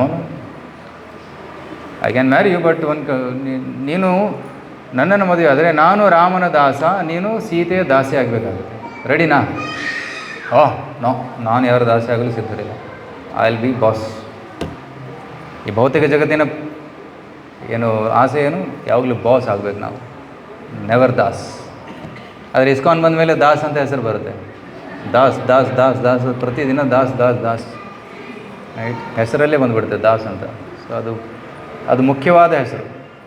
ಅದ್ರ ಮುಂದೆ ಏನೇ ಇರಲಿ, ಬಟ್ ಎಂಡಲ್ಲಿ ಏನಿದೆಯಲ್ಲ ಅದು ಇಂಪಾರ್ಟೆಂಟ್. ರಾಮದಾಸ, ಕೃಷ್ಣದಾಸ, ಗೌರದಾಸ, ಹರಿದಾಸ ಅಥವಾ ನಿತ್ಯಾನಂದ ದಾಸ, ದಾಸನಾಗು ವಿಶೇಷನಾಗು. That's main important thing. So ಮನುಷ್ಯ ಜನ್ಮ ಸಿಕ್ಕ ಮೇಲೆ ನಾವು ಗುರುಗಳ ದಾಸರಾಗಬೇಕು, ಕೃಷ್ಣನ ದಾಸರಾಗಬೇಕು. That's important. But Shurpanakha always wanted to be boss. ಮತ್ತು ರಾಮನ ಹತ್ರ ಹೋಗ್ತಾಳೆ. ರಾಮ ಬೇಡ ಅಂತಾನೆ. ಲಕ್ಷ್ಮಣ ಹತ್ರ ಹೋಗ್ತಾಳೆ. ಇದು ಫುಟ್ಬಾಲ್ ಥರ ಆಚೆ ಈಚೆ ಹೋಗ್ತಾ ಇದ್ದಳು. ಇದಕ್ಕೆಲ್ಲ ಮೂಲ ಕಾರಣ ಸೀತೆಯನ್ನು ಕೊಲ್ತೀನಿ ಅಂತ ಸೀತೆಯನ್ನು ಕೊಲ್ಲೋದಕ್ಕೆ ಬರ್ತಾಳೆ. ಆಗ ಲಕ್ಷ್ಮಣ ಅವಳ ಮೂಗು ಮತ್ತು ಕಿವಿಯನ್ನು ಕತ್ತರಿಸ್ತಾನೆ. ಕರೆಕ್ಟ್? ಅವಳಿಗೆ ತುಂಬ ಕೋಪ ಬಂತು. ಆ ನೋವಿನಲ್ಲಿ ಓಡೋಗ್ತಾಳೆ. ಓಡೋಗಿ ತನ್ನ ಅಣ್ಣಂದಿರಾದಂತಹ ಖರ, ದೂಷಣ ಅವರಿಗೆ ಸುದ್ದಿಯನ್ನು ತಿಳಿಸ್ತಾಳೆ. ಸೇಡ್ ತೀರಿಸ್ಕೋಬೇಕು ನೀನು, ಇವರನ್ನು, ಈ ಮನುಷ್ಯರನ್ನು ಕೊಲ್ಲಬೇಕು, ಹೋಗಿ ಅಂತಾರೆ. ಆಗ ಖರ, ದೂಷಣ 14,000 ರಾಕ್ಷಸ ಸೇನೆಯ ಜೊತೆ ಬಂದು ಅಟ್ಯಾಕ್ ಮಾಡ್ತಾರೆ. ಅವರು ಬರೋದನ್ನು ನೋಡಿದಾಗ ರಾಮ ಹೇಳ್ತಾನೆ, ಸೀತೆಯನ್ನು ಗುಫೆಯಲ್ಲಿ ಸುರಕ್ಷಿತವಾಗಿ ನೋಡ್ಕೊತಾ ಇರು, ನೀನು ಇಲ್ಲೇ ಇರು, ನೀನು ಸ್ಥಾನವನ್ನು ಬಿಡೋ ಆಗಿಲ್ಲ, ಯು ಶುಡ್ ಬಿ ಹಿಯರ್. ಆಗ ರಾಮ ಹೇಳ್ತಾನೆ, ನಾನು ಒಬ್ಬನೇ ಯುದ್ಧ ಮಾಡ್ತೀನಿ. ಅಣ್ಣ, ಆರ್ ಯು ಶ್ಯೂರ್, ಕಾನ್ಫಿಡೆಂಟ್? ನೀವು ಒಬ್ಬರೇ ನೋಡ್ಕೋಬೋದು ಎಲ್ಲರನ್ನ? Don't worry. ಸೀತೆ ನನ್ನ ಹತ್ರ ಇದ್ದಾಗ ನಾನು ಯುದ್ಧ ಮಾಡೋಕ್ಕಾಗಲ್ಲ. ಸೀತಾ ಶುಡ್ ಬಿ ಅವೇ, ಮತ್ತು ನೀನು ರಕ್ಷಣೆ ಮಾಡಬೇಕು. ಸೊ ದೆನ್ ರಾಮ ಒಬ್ಬನೇ ನೆಲದ ಮೇಲೆ ನಿಂತ್ಕೊಂಡು, ರಥ ಕೂಡ ಇರಲಿಲ್ಲ, ನೆಲದ ಮೇಲೆ ನಿಂತುಕೊಂಡು ಯುದ್ಧ ಮಾಡ್ತಾನೆ ಎಲ್ಲರ ಜೊತೆ. 14,000 ಸೇನೆಯನ್ನು 2 ಗಂಟೆ ಸಮಯದಲ್ಲಿ ಸಂಹಾರ ಮಾಡ್ತಾನೆ. ಅದ್ಭುತವಾದಂತಹ ಒಂದು ಪರಾಕ್ರಮವನ್ನು ತೋರಿಸ್ತಾನೆ. So that is the power of lord Rama. ರಾಮೋ ಶಸ್ತ್ರ ಭೃತಾಮಹಂ. ಕೃಷ್ಣ ಸೀಸನ್ಗೆ ಗೊತ್ತಿಲ್ಲ.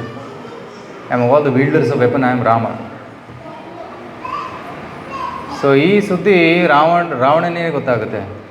ರಾವಣನಿಗೆ ಆಶ್ಚರ್ಯ ಇದೆ, ಯಾರು ಮನುಷ್ಯರು ಕೊಂದ್ರ. ಸೊ ಆದರೆ ಅಷ್ಟು ಸೀರಿಯಸ್ ಆಗಿ ತಗೊಳ್ಳಿಲ್ಲ. ಆದರೆ ಶೂರ್ಪಣಖ ಹೋಗಿ ಹೇಳ್ತಾಳೆ, ನೋಡಿ ಈ ಮನುಷ್ಯರಿದ್ದಾರೆ, ಆದರೆ ಈ ಮನುಷ್ಯರ ಹೆಂಡತಿ ಸೀತಾ ತುಂಬ ಸುಂದರವಾಗಿದ್ದಾಳೆ, ಅವಳು ನಿನಗೋಸ್ಕರನೇ ಮಾಡಿರೋ ಆಗಿದೆ, ಹೋಗಿ ಅವಳನ್ನು ಕಿಡ್ನ್ಯಾಪ್ ಮಾಡು, ಮದುವೆ ಆಗೋದು. ಈ ವಿಷಯ ಹೇಳಿದ ತಕ್ಷಣ ರಾವಣನಿಗೆ ಎಕ್ಸೈಟ್ ಆಯಿತು. ಓಕೆ, ನಾನು ಅವಳನ್ನು ಕಿಡ್ನ್ಯಾಪ್ ಮಾಡ್ತೀನಿ. ಕಿಡ್ನ್ಯಾಪ್ ಮಾಡೋದಕ್ಕೆ ರಾಮನನ್ನು ಅವಳಿಂದ ದೂರ ಪಡಿಸಬೇಕು. ರಾಮ ಇದ್ದಾಗ ಮಾಡೋಕ್ಕಾಗಲ್ಲ. ಸೊ ಅವನು ದೂರ ಕರ್ಕೊಂಡೋಗಿ ಮಾಡೋಣ. ಸೊ ದೆನ್ ಈ ಸ್ಟಾರ್ಟ್ಸ್. ಮಾರೀಚನ ಸಹಾಯದಿಂದ ಜಿಂಕೆ ರೂಪದಲ್ಲಿ ಮಾರೀಚ ಬರ್ತಾನೆ. ಮಾರೀಚ ಒಂದು ಸುಂದರವಾದ ಚಿನ್ನದ ಜಿಂಕೆ ರೂಪದಲ್ಲಿರ್ತಾನೆ. ಇದನ್ನು ನೋಡಿ ಸೀತೆಗೆ ಆಕರ್ಷಣವಾಗುತ್ತೆ. ಸೀತೆ ಅದನ್ನು ನೋಡಿ ಬೇಕು ಅಂತ ಹೇಳ್ತಾಳೆ. ರಾಮ ಆಯಿತು ತರ್ತೀನಿ ಅಂತ ಹೇಳ್ತಾನೆ. ಸೊ ಯಾವಾಗ ರಾಮನನ್ನು ಬಿಟ್ಟು, ಕೃಷ್ಣನನ್ನು ಬಿಟ್ಟು ಬೇರೆ ಯಾವುದೇ ಆಸೆ ಉಂಟಾಗುತ್ತಲ್ಲ, ಆಗ ಕೃಷ್ಣ ಜೀವನದಿಂದ ಹೋಗ್ಬಿಡ್ತಾನೆ. ಆ್ಯಂಡ್ ಇಲ್ಲಿ ಇದೇ ಮಾತನ್ನು, ಕೃಷ್ಣನ ಬಿಟ್ಟು ಯಾವುದೇ ಭೌತಿಕ ವಸ್ತುವಿನ ಹಿಂದೆ ನಾವು ಆಸೆ ಪಟ್ಟರೆ ಕೃಷ್ಣ ಜೀವನದಿಂದ ದೂರ ಆಗ್ತಾನೆ. ಕೃಷ್ಣ ಹೋದ ನಂತರ ಲಕ್ಷ್ಮಣ ಇದ್ದ. ಸೊ ಆ ಜಿಂಕೆ ಹಿಂಬಾಲಿಸ್ಕೊಂಡು ಹೋದಾಗ ಫೈನಲಿ ರಾಮ ಬಾಣವನ್ನು ಹೊಡೆದಾಗ ಆ ಜಿಂಕೆ ರಾಕ್ಷಸ ರೂಪವನ್ನು ತಾಳಿ ಲಕ್ಷ್ಮಣ ಅಂತ ಜೋರಾಗಿ ಕೂಗಿದ. ಜೋರಾಗಿ ಕೂಗಿದ ತಕ್ಷಣ ಲಕ್ಷ್ಮಣನಿಗೆ ಹೆಸರು ಕೇಳಿತು, ಸೀತೆಗೆ ಕೇಳಿಸ್ತು. ಸೀತೆ ಹೇಳ್ತಾಳೆ ಲಕ್ಷ್ಮಣ, ರಾಮ ಕಷ್ಟದಲ್ಲಿದ್ದಾನೆ, ಹೋಗು. ಲಕ್ಷ್ಮಣ ಶಾಂತವಾಗಿ ಕೂತ್ಕೊಂಡಿದ್ದ. ರಾಮನಿಗೆ ಏನೂ ಆಗಲು ಸಾಧ್ಯವಿಲ್ಲ, ಸುಮ್ಮನೆ ಕೂತಿದ್ದ. ಲಕ್ಷ್ಮಣ ಹೋಗು. So Lakshmana forcefully goes. Sita ಒಬ್ಬಳೇ ಇದ್ದಾಳೆ ಇಲ್ಲಿ. ಲಕ್ಷ್ಮಣ ಹಿಂಬಾಲಿಸ್ಕೊಂಡು ಹೋಗ್ತಾನೆ, ಓಡಿ ಹೋಗ್ತಾನೆ, ರಾಮನ ಭೇಟಿ ಆಗ್ತಾನೆ. ರಾಮ ಹೇಳ್ತಾನೆ, ನೀನು ಯಾಕೆ ಬಂದೆ ಇಲ್ಲಿ? ಸೀತೆ ಹೇಳಿದ್ರು, ಫೋರ್ಸ್ ಮಾಡಿದ್ರು, ಅದಕ್ಕೆ ಬಂದೆ ನಾನು. ಆಗ ಮೋಸ್ಟ್ಲಿ ಏನೋ ಷಡ್ಯಂತ್ರ ಇದೆ, ವಾಪಸ್ ಹೋಗೋಣ ಅಂತ ಹೋಗ್ತಾರೆ. ಹೋಗಿ ನೋಡ್ತಾರೆ, ಅಲ್ಲಿ ಸೀತೆ ಇಲ್ಲ. ಸೀತೆ ಅಪಹರಣ ಆಯ್ತು. ಈ ಶಾರ್ಟ್ ಟೈಮಲ್ಲಿ ರಾವಣ ಸಾಧು ವೇಷವನ್ನು ಧರಿಸಿ ವಂಚನೆ ಮಾಡಿ ಸೀತೆಯನ್ನು ಅಪಹರಿಸಿಕೊಂಡು ಪುಷ್ಪಕ ವಿಮಾನದಲ್ಲಿ ಎತ್ಕೊಂಡು ಹೋಗ್ಬಿಟ್ಟ. ರಾಮ ಲಕ್ಷ್ಮಣರಿಗೆ ತುಂಬ ದುಃಖ ಆಯಿತು. So then he became very faint. ಸೀತೆಯನ್ನು ಹುಡುಕುತ್ತಾ ಬರ್ತಾರೆ. ಮಧ್ಯದಲ್ಲಿ ಜಟಾಯುವನ್ನು ಭೇಟಿ ಆಗ್ತಾರೆ. ರೈಟ್, ಜಟಾಯು ರಾವಣನ ವಿರುದ್ಧ ಯುದ್ಧ ಮಾಡುತ್ತಾ ಪ್ರಾಣವನ್ನೇ ಬಿಟ್ಟಿದ್ದ. ಅಷ್ಟು ತ್ಯಾಗವನ್ನು ಮಾಡಿದ್ರೆ. ಜಟಾಯುವಿನ ತ್ಯಾಗ ಕೂಡ ನೋಡ್ತೀವಿ ನಾವು. ರೈಟ್. ಸೊ ನಂತರ ಕಿಷ್ಕಿಂಧಾದಲ್ಲಿ ಬಂದು ಸುಗ್ರೀವನ ಸಹಾಯದಿಂದ ಅವರು how much time we have? 11:30. अच्छा, ವೈಂಡ್ ಅಪ್ ನಾ. Okay, will try to wind up fast forward. ಅರಣ್ಯಕಾಂಡ ಮುಗಿತು. ಎರಡೆರಡು ಲೈನಲ್ಲಿ ಹೇಳ್ಬೋದು. ನಾಮರಾಮಾಯಣದಲ್ಲಿ ಏನಿದೆ, 4-5 ಲೈನಲ್ಲಿ ಇಡೀ ಕಾಂಡ ಮುಗಿಸ್ತಾರೆ. ಕೃಷ್ಣ ಲೀಲೆಯನ್ನು 2 ಶಬ್ದದಲ್ಲಿ ಹೇಳ್ಬೋದು, 2 ಗಂಟೆಯಲ್ಲಿ 2 ಯುಗಗಳು ಸಾಕಾಗೋದಿಲ್ಲ ಕೆಲವೊಮ್ಮೆ, ಅಷ್ಟು ಕಥೆ ಇದೆ.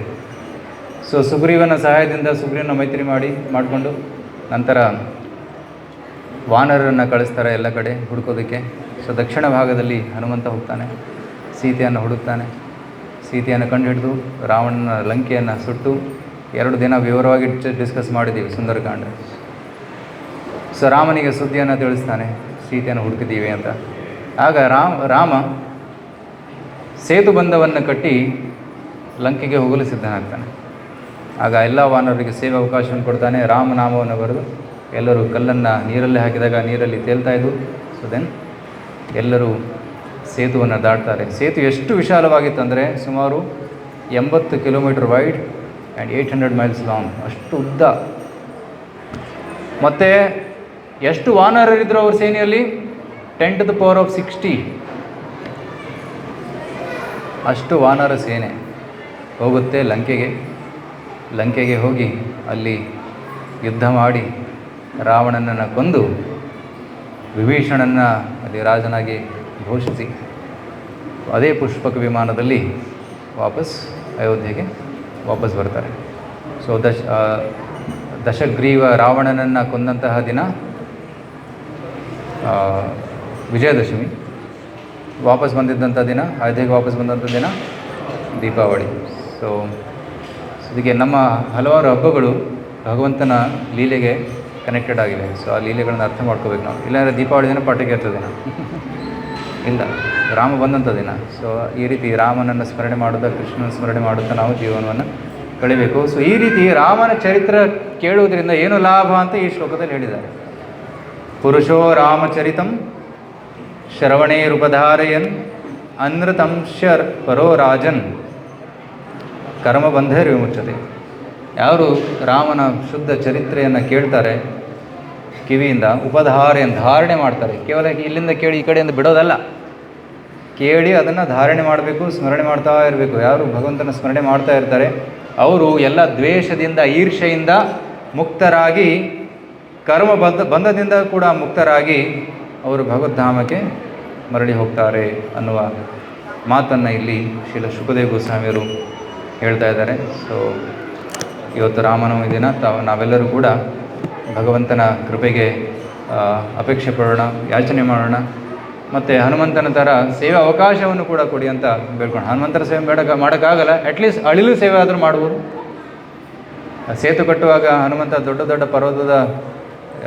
ಪರ್ವತಗಳನ್ನು ಮತ್ತು ಗಿಡಗಳನ್ನು ಎತ್ಕೊಂಡು ಬರ್ತಾಯಿದ್ದ. ಅಲ್ಲಿ ಅಳಿಲು ಕೂಡ ಒಂದು ಚಿಕ್ಕ ಕಲ್ಲನ್ನು ಎತ್ಕೊಂಡು ಬರ್ತಾಯಿತ್ತು. ಆದರೆ ಭಗವಂತನಿಗೆ 2 ಸಮಾನ. ನಮ್ಮ ಎಷ್ಟು ಸಾಮರ್ಥ್ಯ ಇದೆ ಅಷ್ಟು ಸಾಮರ್ಥ್ಯವನ್ನು ನಾವು ದೇವರ ಸೇವೆಯಲ್ಲಿ ತೊಡಗಿಸಿದ್ರೆ ಸಾಕು. Lord is happy, right? So ಎಷ್ಟಾಗುತ್ತೋ ಅಷ್ಟು ನಾವು ಕೂಡ ಭಗವಂತನ ಸೇವೆಯಲ್ಲಿ ತೊಡಗಿ ಭಗವಂತನ ಕೃಪೆಗೆ ಪಾತ್ರರಾಗೋಣ. ಓಕೆ. ಹರೇ ಕೃಷ್ಣ ಕೃಷ್ಣ ಕೃಷ್ಣ ಹರೇ ಹರೇ, हरे राम राम राम हरे हरे। श्री रामचंद्र भगवान की जय। श्रीमद्भागवत पुराण की जय। श्रील प्रभुपाद की जय।